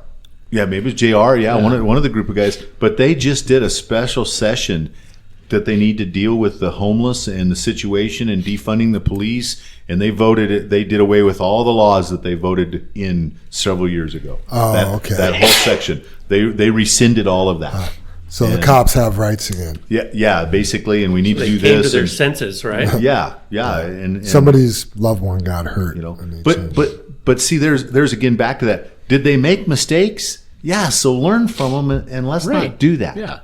You know, let's It's called Law and Order for a reason. yeah. right. Yeah, Right? I got to speak up too. I read that article about the student and his flag, and the article started out saying he read the book, right? He followed the laws. He read the policies of the school, and it seemed to me that the people that objected of that flag were bending the school policies to get him to take it down or whatever. And I think a lot of politics are like that. If they have a certain, thing they want to project, they'll bend the laws to get that, Yeah. you know? And then he stood up and said, no, this is what the book says. And thank goodness the principal stood behind him. Yeah. But it just seems so many times these special interest groups bend the rules to get their promoted, result. Yep, absolutely, Super Dave. Yep. Not what it needs to be. Not how it should be. Any other final thoughts? Just want to mention the storm tomorrow, everybody. I mean, they like the news likes to play it up. It's Armageddon. It's a spring storm, just like Dave read you. We've had them before, right, Super Dave? A few. We're all here. We're all seen this doing one. well. You know, check dispatch if you're on the snow cruise. Be careful. It's going to be wet, heavy storm. Can tear up plows. Gosh, I had that in my notes. Thanks for bringing that up, Jim. All that kind of stuff. You know, it's also going to be wet, so it may disappear off the ground. There won't be a layer of ice. Pick those blades up off the ground, bump them up so the weight's not on them. Work's going to be a little spotty. Hopefully you're on the snow crew. You know, we might kick right back into gear on Friday. Who knows? But you know, we're getting so close to busting loose and getting busy, and you know, like Joanne mentioned earlier, you know, we're about all to put on our roller skates. Yep. And get skating around the rink. But yeah, just be careful. You might, and I'm, you know, I'd like to tell my kids and Holly and stuff, you know, if you don't have to go out tomorrow, or be careful going to work, or you know, tell your family and stuff. But it's not them I worry about. It's everybody else, because they're not used to this. Yeah. They haven't been in a storm. You know, it may not be one bit slick, but it's going to be slushy. You know, it's going to move your car around. It's going to be, you're going to have backsplash on the windshields. You know, if you know, obviously we got to take care of coolers. I know that's running. You know, you're going to have to be going out east. All that stuff. Just be careful. You're not dying. You know, this is Dave said it this morning. The faucet's not turning off tomorrow. Nobody's without water. Right. We're not. It's not Armageddon. Yeah. But you're not going to be 10 days without the grocery store. Exactly. But we do have a storm. Be careful.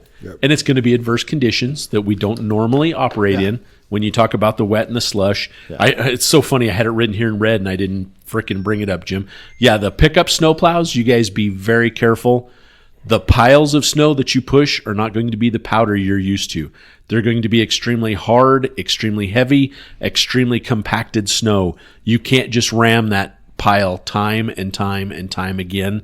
You have to ease into those piles. Just push up to them and let the loader move it. You are not going to move a pickup size pile of slush. It's going to destroy the pickup. We're going to break mounts. We're going to break blades. We're going to crack welds. We're going to destroy stuff, especially when you hit it at an angle with the corner of the plow and it's a complete pile. We're going to hurt stuff. So take caution, pay attention, realize what you're doing, realize how heavy that stuff is.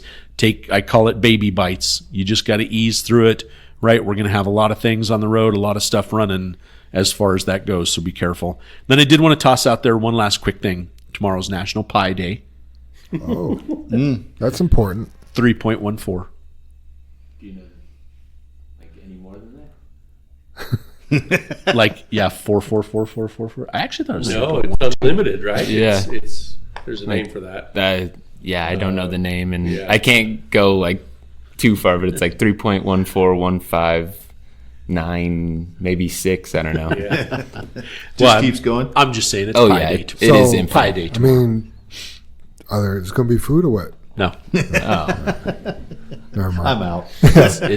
Somebody may put a spin on it. I don't know, Jim. I mean, You my just know it's pie. It's my Pie Day. 8th grade math teacher brought in pie for Pie Day. I mean, Brother Dave, you brought it up. My favorite's coconut cream you pie. hooking us up for nothing? All right, everybody, don't forget to like and subscribe to the Channel 23 podcast. Smash that follow button. Also, don't forget to go back and listen to episode 72 to help find Amber's mom. Links to her story will be in today's notes, and also the address to Senior's house will be in today's notes as well. Let's say the creed and get on out. Awesome. Together we face and overcome all that stands before us. Together we are accident-free. Together we joyfully create honest value for those we serve. Together we celebrate our differences and respect those with whom we work. Together we are accountable for our words and our actions. And together we are the JFW family. All right, everyone. See you next week. Have a Thanks great for week, everybody. Be careful tomorrow. Yep, be safe. Thanks, everybody. I see those big, bright, shiny red trucks just a-trucking down the road. Those big, bright, shiny red trucks just a-looking for another load. Well, it's a family tradition, any Rocky Mountain day. Our fathers before us showed us the way. We work for asphalt cowboys and concrete kings, but that's never been a problem, cause we got diesel in our veins. We've got diesel in our veins. I see those big, bright, shiny red trucks just a-trucking down the road. Those big, bright, shiny red trucks just looking for another load. I hear there's a couple million tons to move. I see them everywhere. So you best get out their way and watch that sand and gravel disappear. There's another run to make. We gotta get it there on time. And we got what it takes to lay it all out on the line. We'll lay it all out on the line. I see those big, bright, shiny red trucks just a-trucking down the road. Those big, bright, shiny red trucks just looking for another load. Those big, bright, shiny red trucks got the best drivers in town. They got all the tools they need to keep that hammer down. When they hit them scales, they won't need to dodge them, won't need to duck them. They just keep that hammer down, and they keep that diesel trucking. Keep that hammer down, and keep that diesel trucking.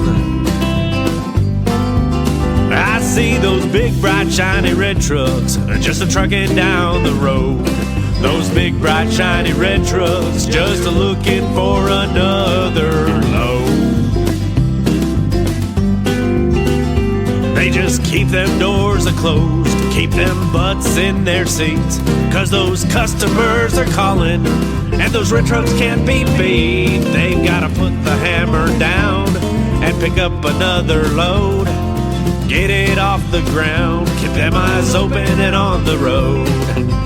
Keep them eyes open on the road. I see those big, bright, shiny red trucks just a-trucking down the road.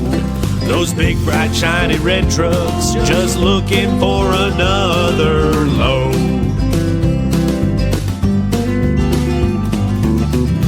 Breaker 23, anybody got a copy on that Channel 23 podcast?